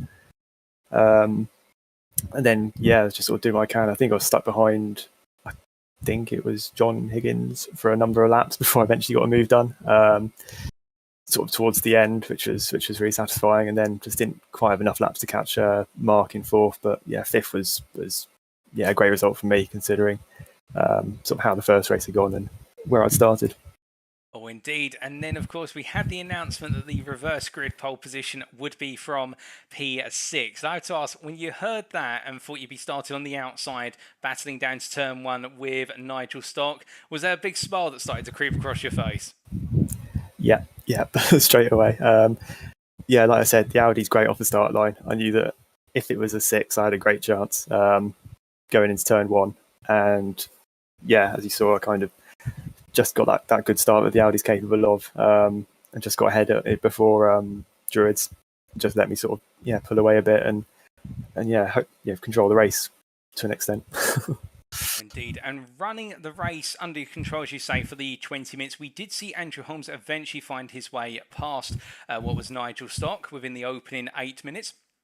Of course, we've seen the Elantra time and time again today really fall off in the final 5 minutes of the race. Did you feel as though when you saw Holmes was behind you, that it was a case of, okay, I've just got to keep him at bay for a certain amount of time and he'll gradually fall away? Or was it just head down, deliver the laps, lap after lap? Yeah, it was more just sort of keep my head down and focus. I don't really know who's in what cars or what the cars are particularly good at, to be honest. So I think I just kind of knew that Holmes had similar pace to me. I had Chris again in my ear, just kind of feeding me a few lap times and let me know that we were pretty even. And I think once I knew I didn't have to go mental trying to stay ahead, I got into a comfortable zone and a comfortable rhythm. Apart from the one-off track on turn 1, which nearly lost it for me. Well, right on the limit there, all the way to the end. But as you came out the final corner, saw the checkered flag awaiting you to make series history as our first Pro-Am to take an overall win. Just take us through what the feeling felt like. Yeah, brilliant. Yeah, like I said, it was a bit of a roller coaster night. Obviously, starting off with that bump off and then finishing with a win. Yeah, it was fantastic. I've been really looking forward to this series for a while now, and like I say, just to start off with a great result like that, it's just feels brilliant. Can't wait to next week. Oh, indeed. And speaking of next week, of course, whilst we don't have Thruxton, we go with Discount Canadian Thruxton, which is the Canadian Tire Motorsport Park. How are you feeling for the very fast-paced circuit? It's going to be interesting. I've no idea how these cars race there. I've raced GT3, so I know which way the corners go. So I think I'm looking forward to it. I think it'll be a very different challenge to this race. It's got sorts of similar elevation changes, but it's much, much faster. I have no idea, again, if it's going to suit the Audi, but I guess I'll just have to, try and get those fast starts off the line and just see what I can do. Oh, indeed. And just before we do let you go, we can see messages pouring in the YouTube chat in particular from your colleagues at Verano Motorsport, including Chris, but also Sean Cranley Swash. Is there anybody you'd like to say thank you to or give a shout out to on air tonight? Yeah, just thanks to all the guys really at Verano. They're such great teammates, and I only joined this year. We only sort of started the team this year, and it's been so much fun. Racing with these guys, I've enjoyed iRacing more than I ever have being with them. Especially big thanks to Chris. Obviously, he wasn't racing, but jumped on just to keep me company throughout the races tonight. And yeah, he's a great team leader. Thanks for all of them. Thanks to Chris. Indeed, well, I'm sure they'll appreciate that, Gavin. But without further ado, it's my pleasure to say congratulations once again on your results today, particularly the win in race number 3. Thank you for joining us in the interview room, and we look forward to seeing you out on track at Motorsport in a week's time. Thank you very much. Cheers. Have a lovely night. So hearing there from Gavin Gardner, and I think you can really feel it in that roller coaster ride of emotions from start to finish tonight. Qualifying being absolutely sublime for race 1 to then fall apart the way it did and have to come into a recovery drive. Race number 2 seen him have to push hard, but in the end really have to battle his way up the order to that P5, and then the win in race number 3 with the reverse grid top 6, of course, giving him the opportunity to launch off the line, beat Nigel Stock in the run-up towards Druids, and then never looking back. And definitely, I think Gavin Gardner is one to watch from start to finish, just for the simple reason that he does seem to have a lot of tenacity in him. If it's not the qualifying pace, it's definitely the race pace. And well, speaking of pace, we come to a driver next who wasn't quite perhaps on the pace of our leaders, but still, I think he had fun out there tonight. We come to David Whitehouse, and well, in this case, very shortly, we'll bring him into the interview room. And as we do attempt to try and bring our Pro-Am driver into the interview room to hear what he's got to say, he joins us now in the interview room. David, a difficult night out there in some of the races, but at the same time, it looked as though it was enjoyable at Brands Hatch. 2 12th places and a P15. Do you think, all things considered, you've had a positive night at Brands Hatch? Well, it's definitely been a better night than the first round, where I didn't manage to really do any of the races because I had an illness in the house, so I had to go sort my child out. But yeah, a much better night. I'm still getting used to all the racing driver excuses will be coming out now. I'm still getting used to my new rig and having direct drive for the first time. And front wheel drive isn't my forte, so it's getting my head back around all of that. But to get him the points for 3 races on the trot was a main goal for me. Oh, indeed. And just starting off with qualifying, of course, qualifying seemed to, based on what you're saying there, seemed to be about finding the pace out there. Those initial qualifying times weren't quite there, but in the end, we saw you creep into the 49s and in the end set a 49.641. Was it a case of just learning, getting a feel for the car and the Brands Hatch circuit? Yeah, I generally wasn't too fussed about qualifying high up because I always race better than I qualify. I've just got to learn how to get these cars off the line because races 2 and 3, I had to, even though I was high up the grid, I ended up falling to the back and having to fight my way through. But in touring car racing, that's not always the worst kind of thing. Oh, most definitely not. And coming on to race number 1 in particular, we saw you right in the thick of it for a good amount of the racing, leading to that P12 finish in the end. Quite elbows out, particularly in the run on the opening couple of corners. Just take us through what it's like being in that midfield where every second you've got to be looking ahead, to the left, and also behind. To be honest, I just let everybody else. I just make sure I'm predictable and everybody else can sort themselves around us. We know there's going to be a little bit of door banging and a panel bashing. It's touring cars. It's the way it always is. But it's always just get through the first couple of laps, then find my pace, and then if I'm going to catch people, I'll catch people. If I'm not, then they might fall back to me, which they did in a few of the races. Not so as many instances as I expected around the Indy circuit, but then we had a slightly lower number of drivers out there, so that probably helped us out. Oh, indeed. And well, after what was a good P12 in race number 1, a difficult race number 2, which saw you P15, being involved in a bit of an incident early on in the race there. Did you in the end just think about, use race 15 as a bit of a pace setter in terms of a practice race before building up to race number 3? Yeah, that was the plan. I just come out of Graham Hill Bend, and I think it was Paul Scott had got sideways, and it was just sort of he was saving it. I had nowhere to go, and the extra tap just sends him round. So I decided I'd just keep racing, see where I was going to get up to. But obviously, if Paul caught me up, which he did, I just wasn't going to fight him because while I wasn't to blame, it was it's technically my fault he went off. So I thought, well, I'm not going to fight him too hard, and he had the pace today to move up the field, so I thought I'd let him go. Knew I was going to get myself a point and then concentrate on race 3. Oh, indeed. And speaking of concentrating on race number 3, we saw quite a good start from yourself, making a couple of places early on, and then a battle into Paddock Hill Bend, which just saw you step a little bit too wide. Yeah, just went a bit deep on it, as I said before. Still trying to find my way with the pedals, load cell. Especially with these types of cars where you don't have the ABS and you do quite easily lock up, but just getting down the gears in the right speed, getting it turned in correctly. It's all just a learning curve, and I don't have much chance to practice in these cars, so I'm too busy trying to get my iRating up ready for Le Mans next weekend, the 24-hour race. So it's definitely a learning curve every time I get into these cars, and that's exactly what happened in race 3. And then I had a great battle. I think it was with John Higgins, or one of the John Higgins anyway, but he seemed to have absolutely no pace on a straight line for whatever reason. So yeah, that made it quite interesting trying to get around him.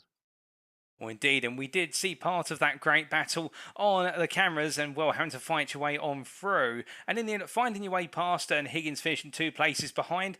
But looking ahead from today to next week's round, of course, it's the Canadian version of Thruxton rather than the official version at the Canadian Tire Motorsport Park. What are your thoughts on the fast-paced circuit? Hate it. To be honest, I downloaded it a while back to do a GT3 race in it, and it's one of them ones where you completely misjudge every corner if you don't know where you're going. So I will have to put in a little bit of practice for it at some point. I probably won't hate it as much by the time I've learned. But the car's meant to be good around there. It's got some good straight line speeds to deal with. So that's definitely something I will hopefully try and take advantage of in that race. And again, it'll just be consistency, aiming for maybe try and creep into the top 10 of a race, but definitely points all the way. Well, indeed. Well, we do look forward to seeing how you get on in a week's time. But just before we do let you go, is there anybody you'd like to give a shout out to or a thank you to live on the broadcast? Yeah, for those people who won't know, I suffer with massive anxiety, especially just sitting on this, sitting on the sim. So I've got a family of people who are helping me with that up at St George's Hospital. My wife for putting up with me, my sim racing, my anxiety, everything going, and the kids. And for the support in the chat as well. I've seen a few comments from other streamers supporting me along the way, and also for you for putting on a great coverage every week. Oh, thank you, David. And it is the case. I think everyone that you have given the shout out to appreciates it. And well, mental health, indeed anxiety, is no joke. And well, I'm happy to hear that you do have a wonderful team supporting you as you try to battle against your personal anxiety and whatnot. But I say it's not a joke, mental health. But nonetheless, it's not been a joke for yourself either tonight out on the circuit. 3 cracking races, and we do look forward to seeing how you get on in a week's time. But once again, thank you very much for joining us in the interview room. Thank you, Paul. All the best. So hearing there from David Whitehouse, and indeed a positive day today, and well, he is working on, of course, the equipment and the sim racing equipment and getting used to those load cell pedals, and you could see him as the racing went on, really building up that pace, and I think he will be one to definitely watch out for as we go deeper and deeper into the season. And of course, we wish him all the best with his preparations for the 24-hour of Le Mans that is upcoming, but also on top of that, in terms of he goes deeper into the season, will he be able to get his first top 10 next time out, and could we even perhaps see him creep closer and closer towards the top 5 as we head deeper and deeper into those 10 rounds? Well, we'll have to wait and see. But as we look from our second interview to our third interview, it's now time for us to have a chat to Nigel Stock. And indeed, a very positive night for Nigel Stock, all things considered. Not quite perhaps the win he wanted in race number 3, but still a very happy day in the office. And let's hear his thoughts as he now joins us in the interview room. So as he joins us in the interview room, Nigel, a positive day for yourself today over the course of the 3 races. A P7, a P6, and in a 3rd place to wrap up. Was it the case that everything went the way you wanted it to at Brands Hatch? Well, it certainly went a lot better than it did at Donington, so that's one thing. Oh, most definitely. All the way through. Donington was a difficult one, whereas today it seems that you're right up there in terms of battling for position, indeed overall pace, and just started off really in qualifying. Whilst in the Pro-Am class, it was Gavin Gardner who stole the show to an extent with the pole lap in the Pro-Ams. You weren't too far behind in P7, and the gap between the two of you was only 2 tenths. Was qualifying all about just trying to place as high as possible, or was there quite a bit more time out there, do you feel? I think it's very difficult to get a perfect lap with these cars. Maybe there's 1 or 2 corners I could have done a bit better, but I think overall I couldn't really go much quicker than what I did, really. Oh, I was just happy to be in the top 10, really, in the qualifying, so... Well, we definitely saw you inside the top 10 there and beating some major names as well, such as Lee Horn and also John Higgins Jr. in qualifying. And in terms of how you then went into the first race of tonight, was there a particular approach you took to each race, or was it sort of just see how the race plays out? Well, what happened in the first race at Donington when I sort of clipped Matthew Eddy, I don't know if there's a bit of netcode involved or not, but I just wanted to try and make sure I stayed out of trouble. So that's why that was the main focus in race 1, was just try and stay out of trouble and sort of give the car, because the car seems to take a few laps on cold tyres to sort of get warmed up and then sort of try and build from there, sort of thing, which I felt like I did. But every time, I mean, it was a good little battle at the beginning with Lee Horn, but every time I got past him, I seemed to make a mistake and let him back pass, and every time he got in front of me, it was a sort of similar thing, so it was a bit of fun and games at the start of the first race. Oh, indeed, a great back and forth battle between yourself and Lee Horn, and in the end you finish in P7. But then heading into race number 2, we saw some slight progress from yourself moving up to P6. But it seems as though race number 2 was much like race number 1, just trying to avoid trouble and make sure you were in with a good chance of that reverse grid. Yeah, pretty much. I mean, I nearly jumped the start as well, because I think John Higgins Jr. jumped the start, and I nearly went at the same time, which wasn't brilliant, because I saw him go out the corner of my eye and it almost set me off. So, but luckily I didn't jump the start, so that was good. And yeah, I was just trying to focus on just finishing as high as I could again, really. Oh, indeed. And then coming into race number 3, when there was, of course, the announcement that you'd be taking pole position for race 3, I do have to ask, what was going through your mind at that point? I was thinking it was money well spent giving you that fiver to drum in hay out, but You all can't forget to joking tell them, don't aside. tell them. Oh, sorry. All joking aside, it was. I was sort of like, wow, pole position. I sort of thought, well, it's going to be tough to keep hold of that because there's going to be quite a few drivers faster behind. So I just wanted to make sure I got a good start because my first 2 starts hadn't really been overly brilliant, but I managed to get a good start. And as soon as I knew Gavin Gardner was alongside and got by, I knew he was a tenth or 2 faster than me. So I thought that I probably wouldn't be able to keep up with him. And he slowly got away, and then he went off and made sandcastles or looking at the scenery or something. And I got back to him again, and I was a bit surprised at that. But then he slowly pulled away again. So yeah. Well, indeed, but it wasn't a quiet race for yourself in race number 3, with the fact that in finishing P3 you had to battle quite a bit with Andrew Holmes, but Holmes seems to have a bit of an advantage early on in terms of the pace in that Elantra. Yeah, I noticed in the Elantras they seemed to drop off at the end, but with the tyres. But I thought maybe with the the colder temperatures, sorry, in race 3 that they probably wouldn't be such a factor. And I was still thinking of battling with him, but and then I sort of thought I'll just let him go in the end because I don't think I'm going to have many opportunities to finish in top 3 in a next gen race. And being that high, I was almost getting a nosebleed anyway. So it was I just wanted to finish in the top 3 and just finish off a good race, really. Yeah. Good finish the top 3 races. So, yeah. Oh, indeed, and ending on a high, the results only going upwards over the course of tonight. And, well, a difficult day at Donington, a brilliant day at Brands Hatch. Thruxton, or quote-unquote Canadian Tire Motorsport Park, looms in round number 3. How are you feeling for the Canadian circuit? Not a fan in GT3s. I've never gone round it in the touring cars, so it'd be quite interesting to see what the touring cars are like around there. But it should be interesting. I mean, the Hondas are not the fastest, so it might be a bit interesting to see where we are there. Indeed, well, we do look forward to seeing you take to the circuit in a week's time. But before we let you go, Nigel, is there anybody you'd like to say thank you to or give a shout out to live on the broadcast?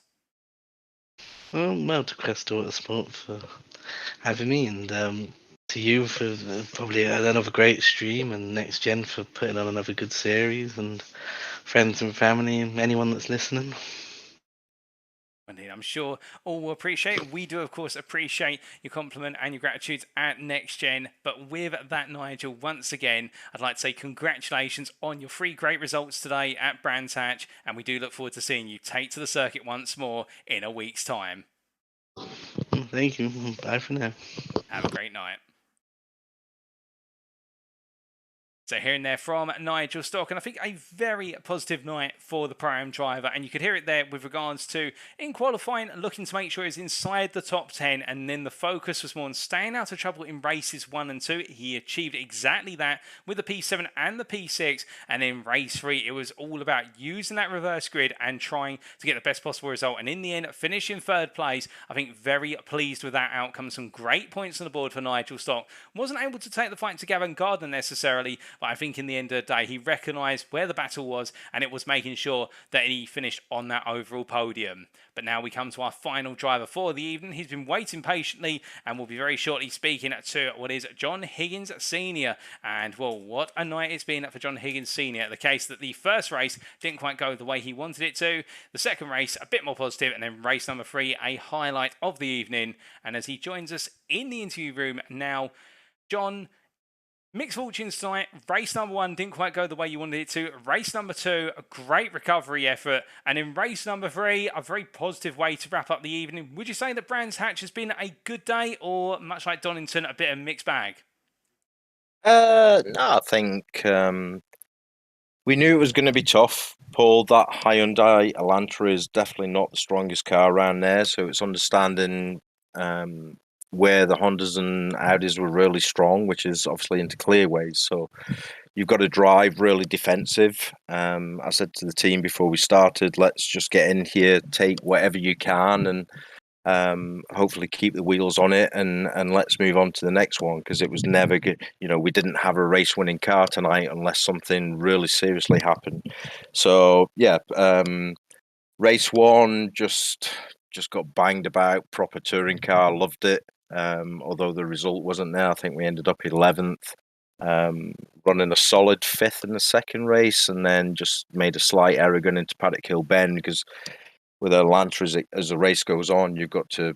I don't know what the other guys are doing, but I'm constantly adjusting the brake bias between corners, and yeah, probably just went a little bit too far back and completely outbrake myself and let the two guys through, and then to end up a solid 4th place. I have to take my hat off to Matthew Addy. What a brilliant race! I've not had that much excitement for probably 12 or 13 years since I used to do this thing real life. And, he could have sent it on me at any time. He didn't. He kept it clean. And yeah, I've sat here drenched in sweat.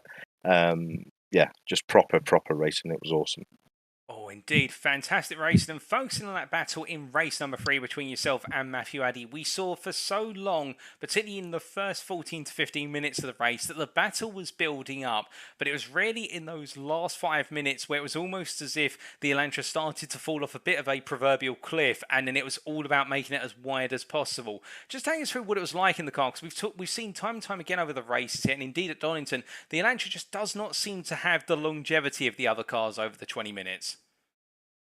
Certainly not round Indy track at Brands. It was okay at Donington. There was a slight tyre drop off, but certainly, the Elantra was really good tonight on the first sort of 3 laps on cold tyres, and then you sort of have to manage it. But the last sort of 6, 8, 10 laps, it just falls off a cliff. The front tyres are absolutely destroyed, and like I say, you're having to constantly play with the brake bias to help the thing turn in. So, when you've got a Honda Civic breathing down your neck as Matthew was, and you're talking 2, maybe 3% change in the brake bias towards the rear, to help the thing turn in certain corners, whilst trying to defend, whilst trying to downshift it. Yeah, it was full on, and it was proper racing tonight. So hats off to everybody.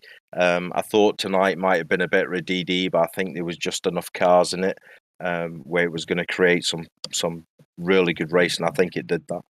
Oh, most definitely. And I can see there in the YouTube chat in particular, Mikey Doble and Aidan Wilson both saying that the battle between yourself and Matthew Addy was the battle of the evening overall, and being in that race number 3 when everything is on edge and everyone's trying to get the maximum possible points. Now, I do have to ask you, just pulling things back to race number 2, of course, finishing P7 in race 2, when it was announced that the reverse grid would be taken from P6, was there a little bit of cursing under the helmet with regards to why could it have been P7? It didn't matter where we started tonight. It was I just wanted to get in and out, do the 3 races. If we could got 3 top 10s tonight, I think we'd have done well. Obviously, I'm leading the Pro-Am, and I think we'll still be leading after tonight, which was going to be our weakest round. I think our car's going to be really strong next week at Canadian Motor Tyre Speedway, whatever it is. I've not drove the track yet, but there's definitely some tracks that the Atlanta's going to be really strong at. So yeah, I'm happy. Big shout out to Mikey. I know he's watching on the stream, so enjoy your holiday, buddy. You were well missed tonight, and nice to see Aidan back after being missing in action for the last 2 weeks. So yeah, big shout out to you. It's a shame he's not racing because he's super quick as well, and obviously part of the team. So it's a shame he's not taking part in the championship. But I think the guys did okay tonight. Rob obviously missed the first race through work, and I know Junior's a little bit frustrated with some of the stuff that went on tonight. But we'll bounce back next week. I think we'll be really fast, and I think not in my hands, but certainly probably in Rob or Junior's hands, it's a race-winning car next week. Oh, most definitely. And we do look forward to seeing you 3 take to the Canadian version of Thruxton, if you will, in a week's time. And I appreciate they just giving a shout out to your teammates at HSR and also to Mikey Doble. But is there anybody else you'd like to give a thank you to or a shout out to live on the broadcast?